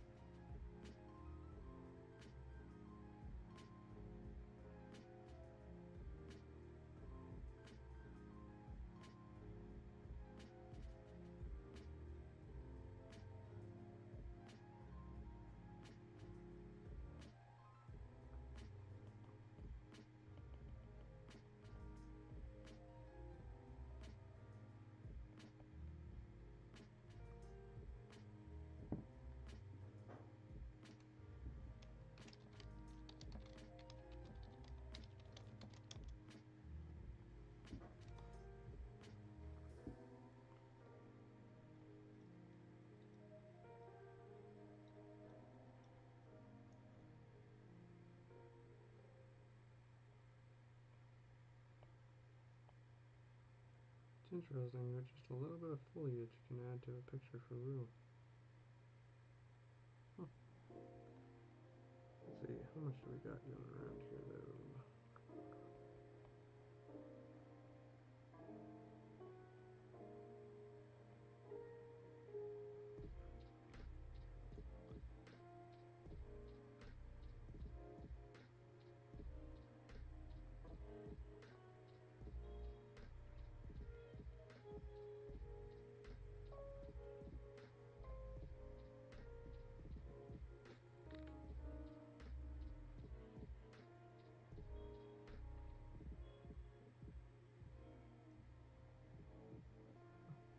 There's also another really neat thing.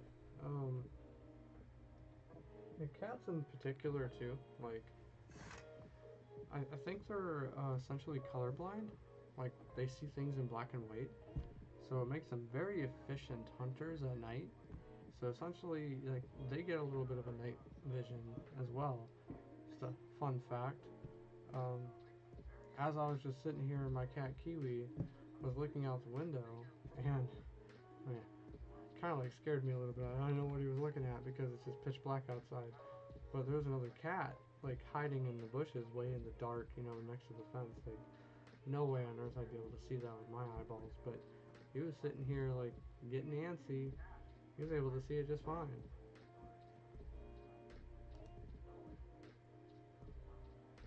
It's just kind of interesting.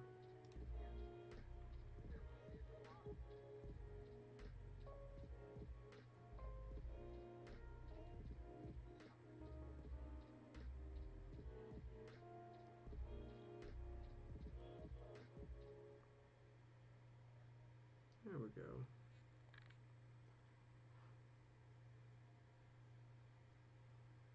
It also makes it like, if you ever see your cat doing a funky dance on the window, it's like, oh, alright.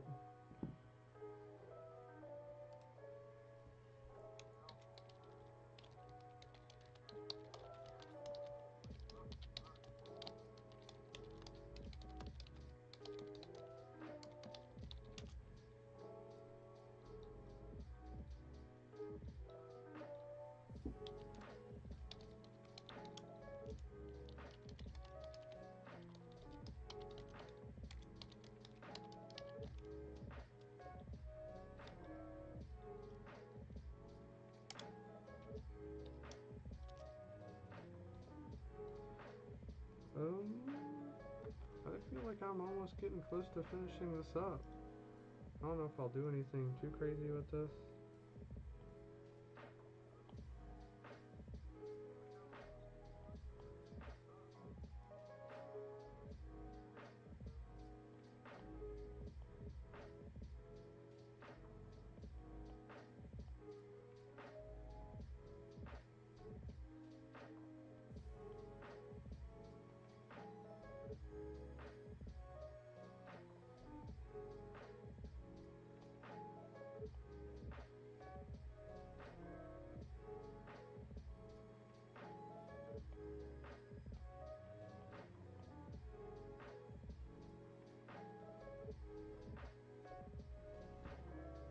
Sweet.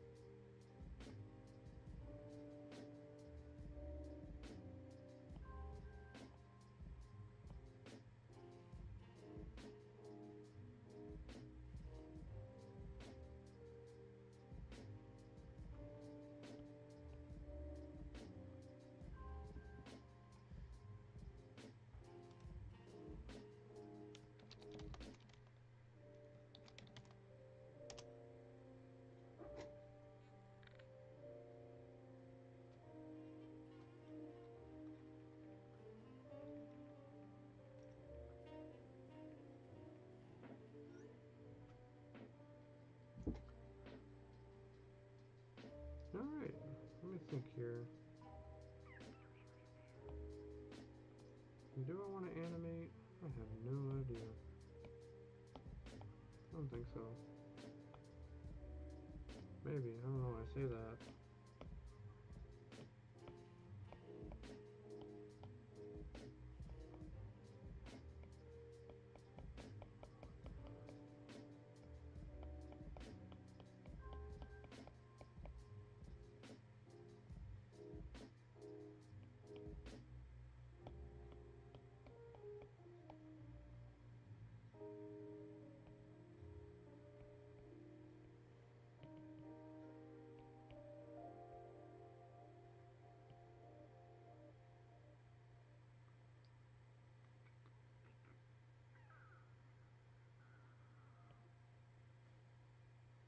That's too strong. That's very strong. There we go.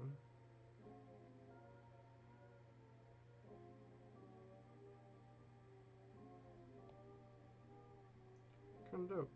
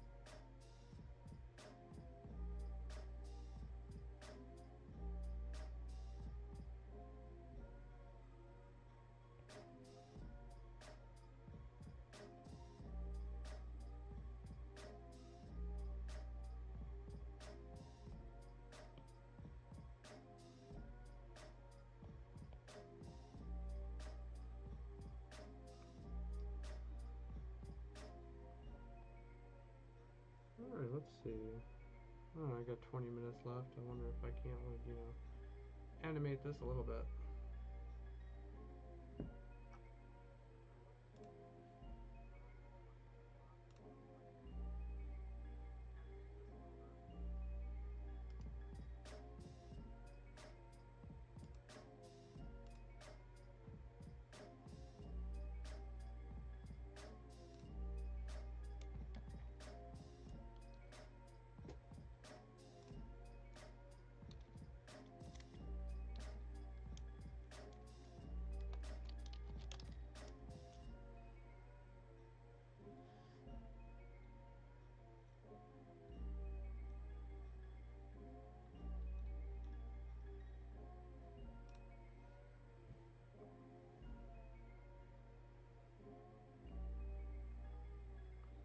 Alright. New animation folder. Let's do an animation timeline here.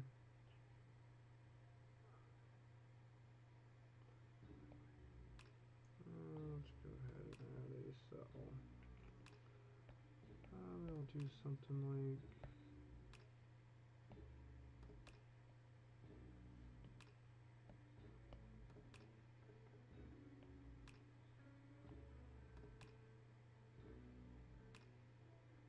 let's make that glow.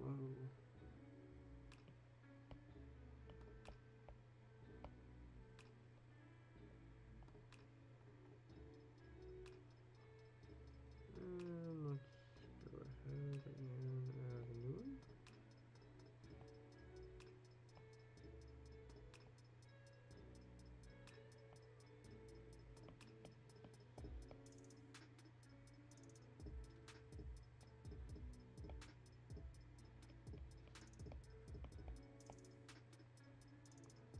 This will be really cool once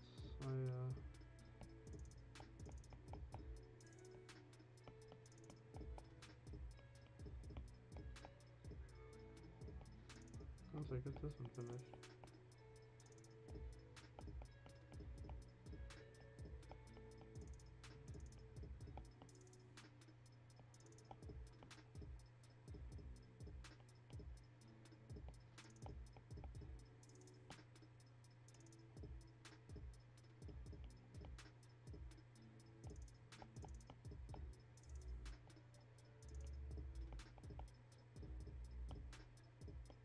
Oh no, my memory. I gotta say, I don't remember saving this, like, at all. It's very important when you're working on digital artwork that you save your canvas regularly. I have learned that the hard way before.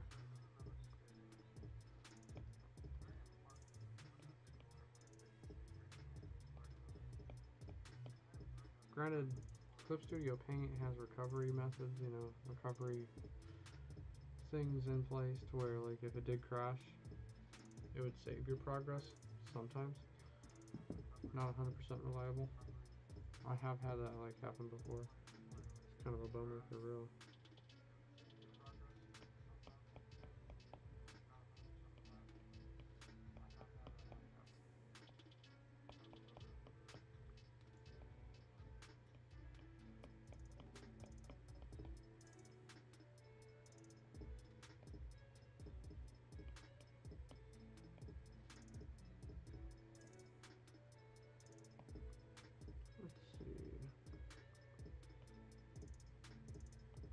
Where can I add in?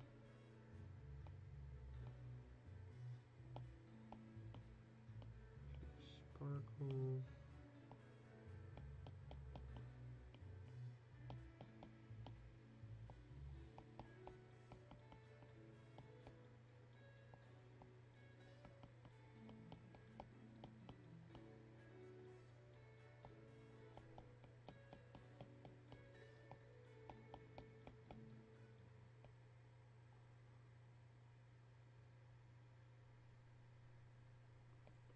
Alright, let's slow that down a little bit, I say.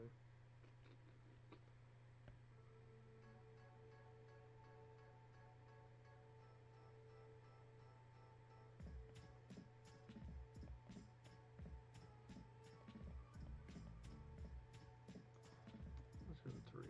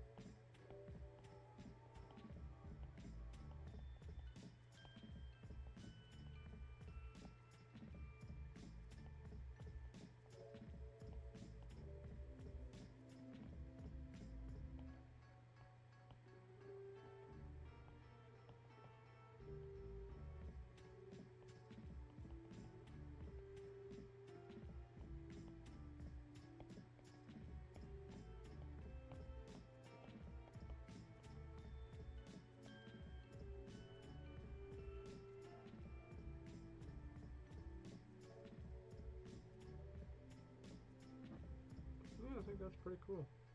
Honestly, not gonna lie.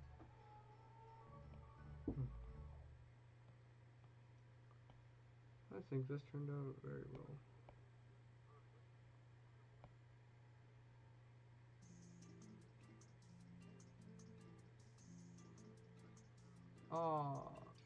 If you're referring to the sticker that I have on my stream, that's actually a waffle.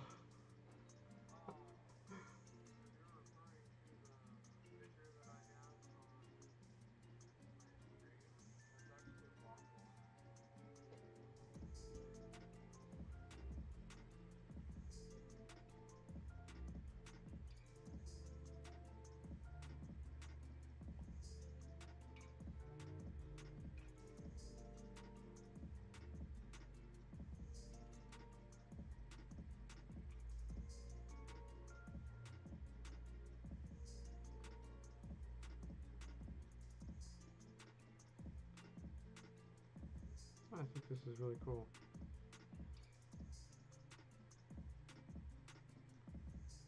Oh, I almost say it's getting kind of warm in here. It's crazy. Like the heat's been out for like a week now, but still has no issue getting super hot in this room. I wonder what the temperature is outside. Really hope it warms up.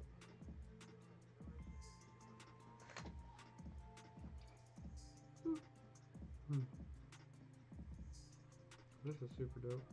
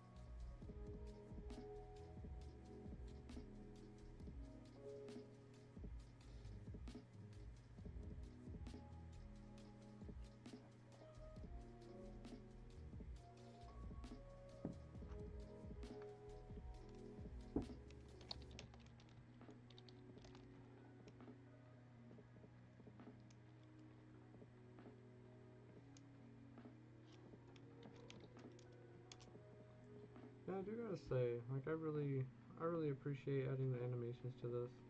It's like, especially a lot of my art pieces. Um, it's interesting thinking about last year when I started doing a lot of this stuff. I wouldn't even humor animation, but as I've grown over the year, I feel like it really does add like a lot of depth and meaning to my art pieces. Um, Especially when like I save these animations and I'll turn them into gifs, or gifs. I'll turn them into like small YouTube videos. when I got time, of course, and I'll post them here. And it's like, it always adds like a nice vibe. Not gonna lie, I'm really surprised my mic hasn't gone out yet. It's gotta be about due.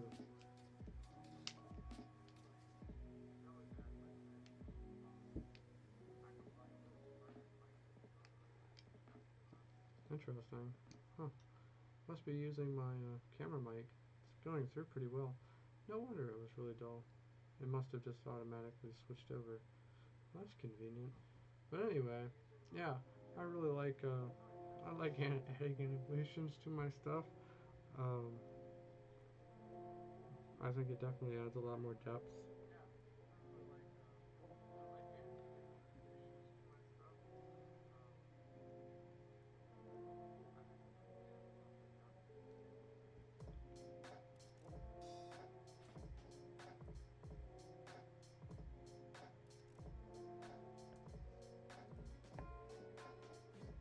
And this one is like, very much based.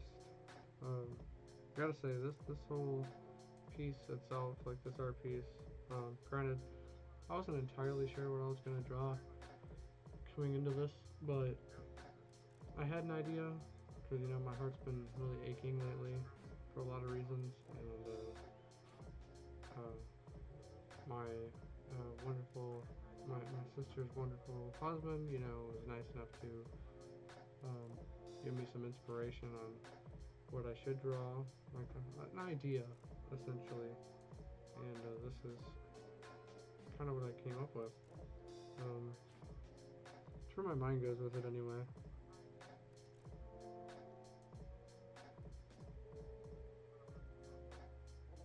It's always a lot of fun getting to try new things, see what I can do.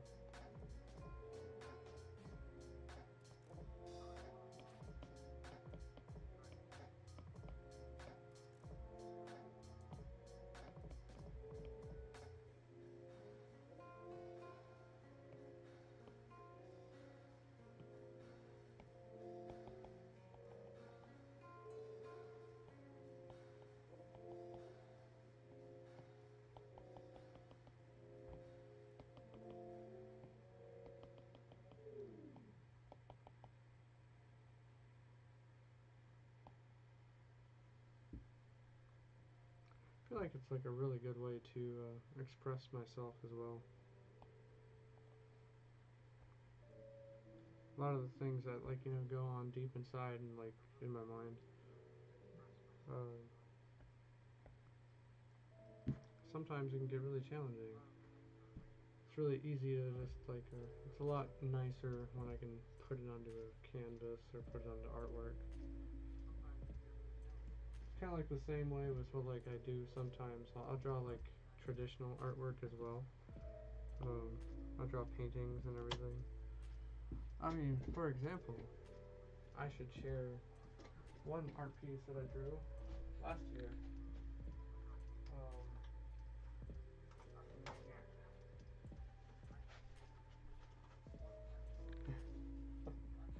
I call it ADHD Bird. Kiwi is very interested.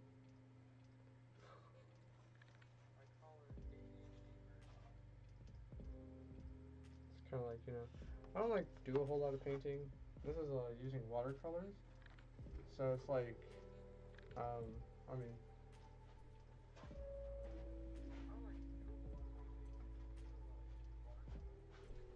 I dabble here and there. I don't do anything super crazy, but I really enjoy it. Nice way to express emotions and share stuff for real.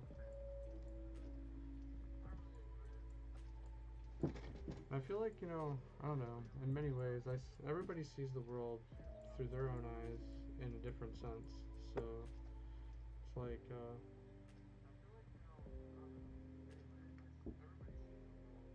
it's always cool to see things from other people's perspectives.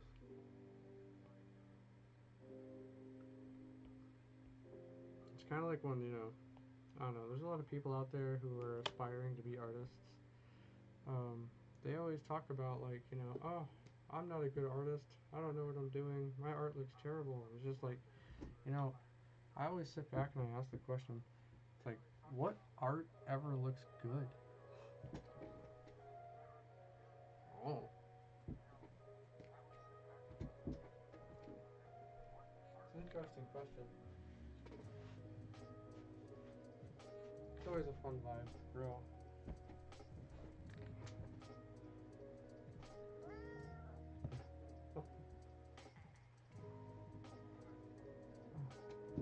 As is life.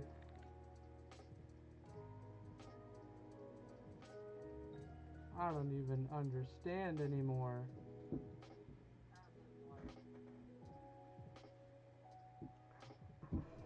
But yes, and here we have it.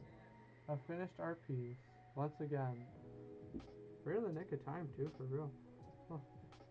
It's like half past paw. Just kidding.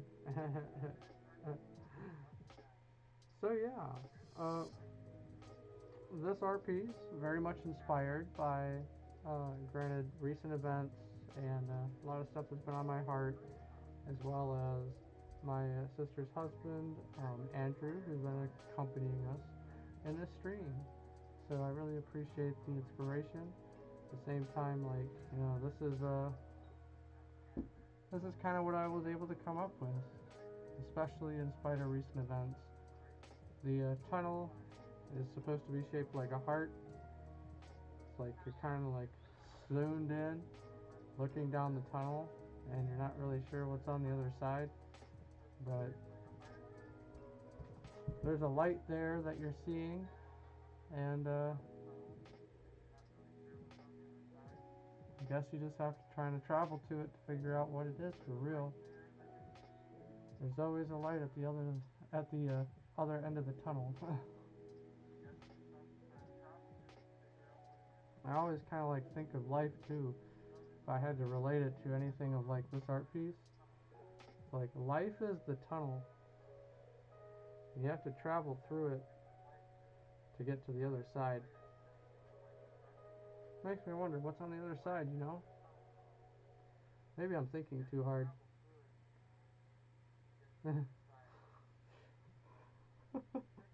Maybe I don't think enough. I don't know. I don't know if there's enough thinking on this planet. But yeah, that's what this art piece is very much inspired by. My heart's been weighing heavy. It is just past Valentine's Day as we go on 12 o'clock. It's almost midnight here. Got like a minute. And I gotta say, it has been a very hard day. Um, I know in time things will get easier, but I want to put that out there again too. It's like, you know, if you know somebody or you really care about somebody, be sure to reach out to them and like tell them how much you care about them. Tell them how much you love them, because for real, like, every day is a blessing. It's not a given. You don't know when your last moment will be here. You don't know when the last time you'll ever talk or see somebody again will be here.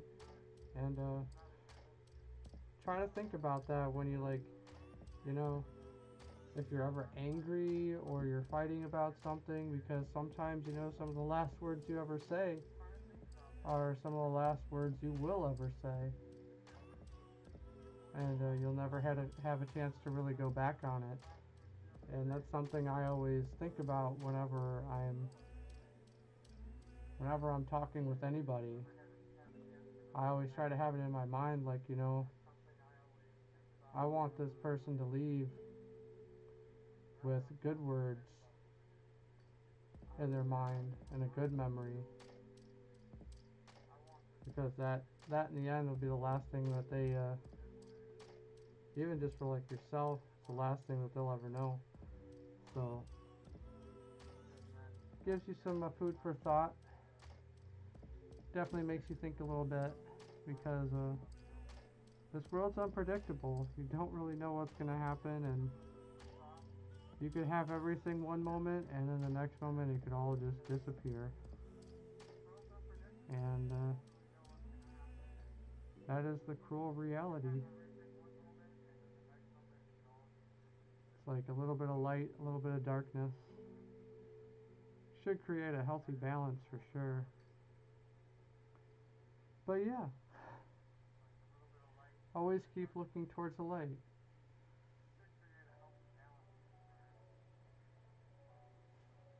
I guess I just got a little bit of looking to do. A little bit of traveling through the tunnel. Figure out what's over there. Can't quite see it yet. Oh, it's out there somewhere.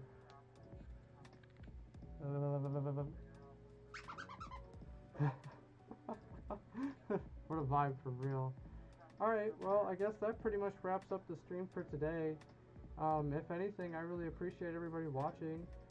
Feel free to check out my channel, all my videos and everything. I did just drop one yesterday for Valentine's Day, and you know, I really look forward to posting some more content, you know, come this year.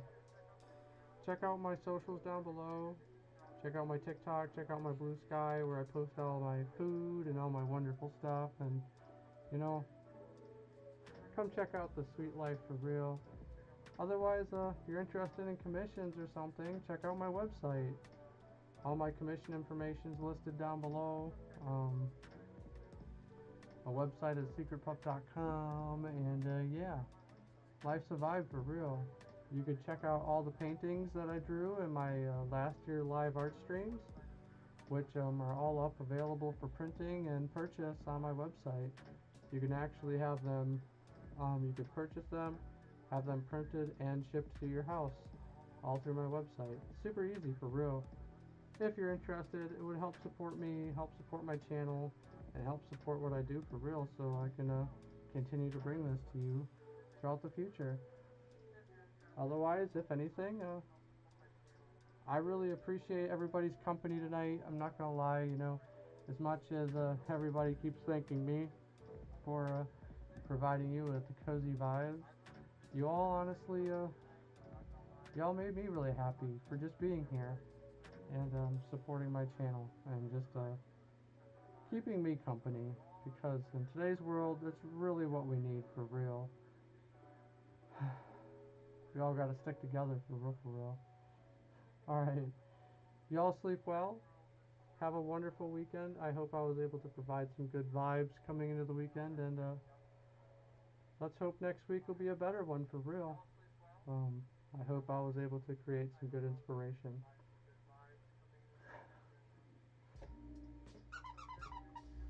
Gotta keep the dog vibes up for real, for real. See y'all later. See you in my next stream. Life is a vibe. It's the sweet life. Oh, and remember, sometimes life isn't always so sweet, but it doesn't mean you don't have to be. That was it. Alright. Bye, everybody. I'll see you next time. Waffles out.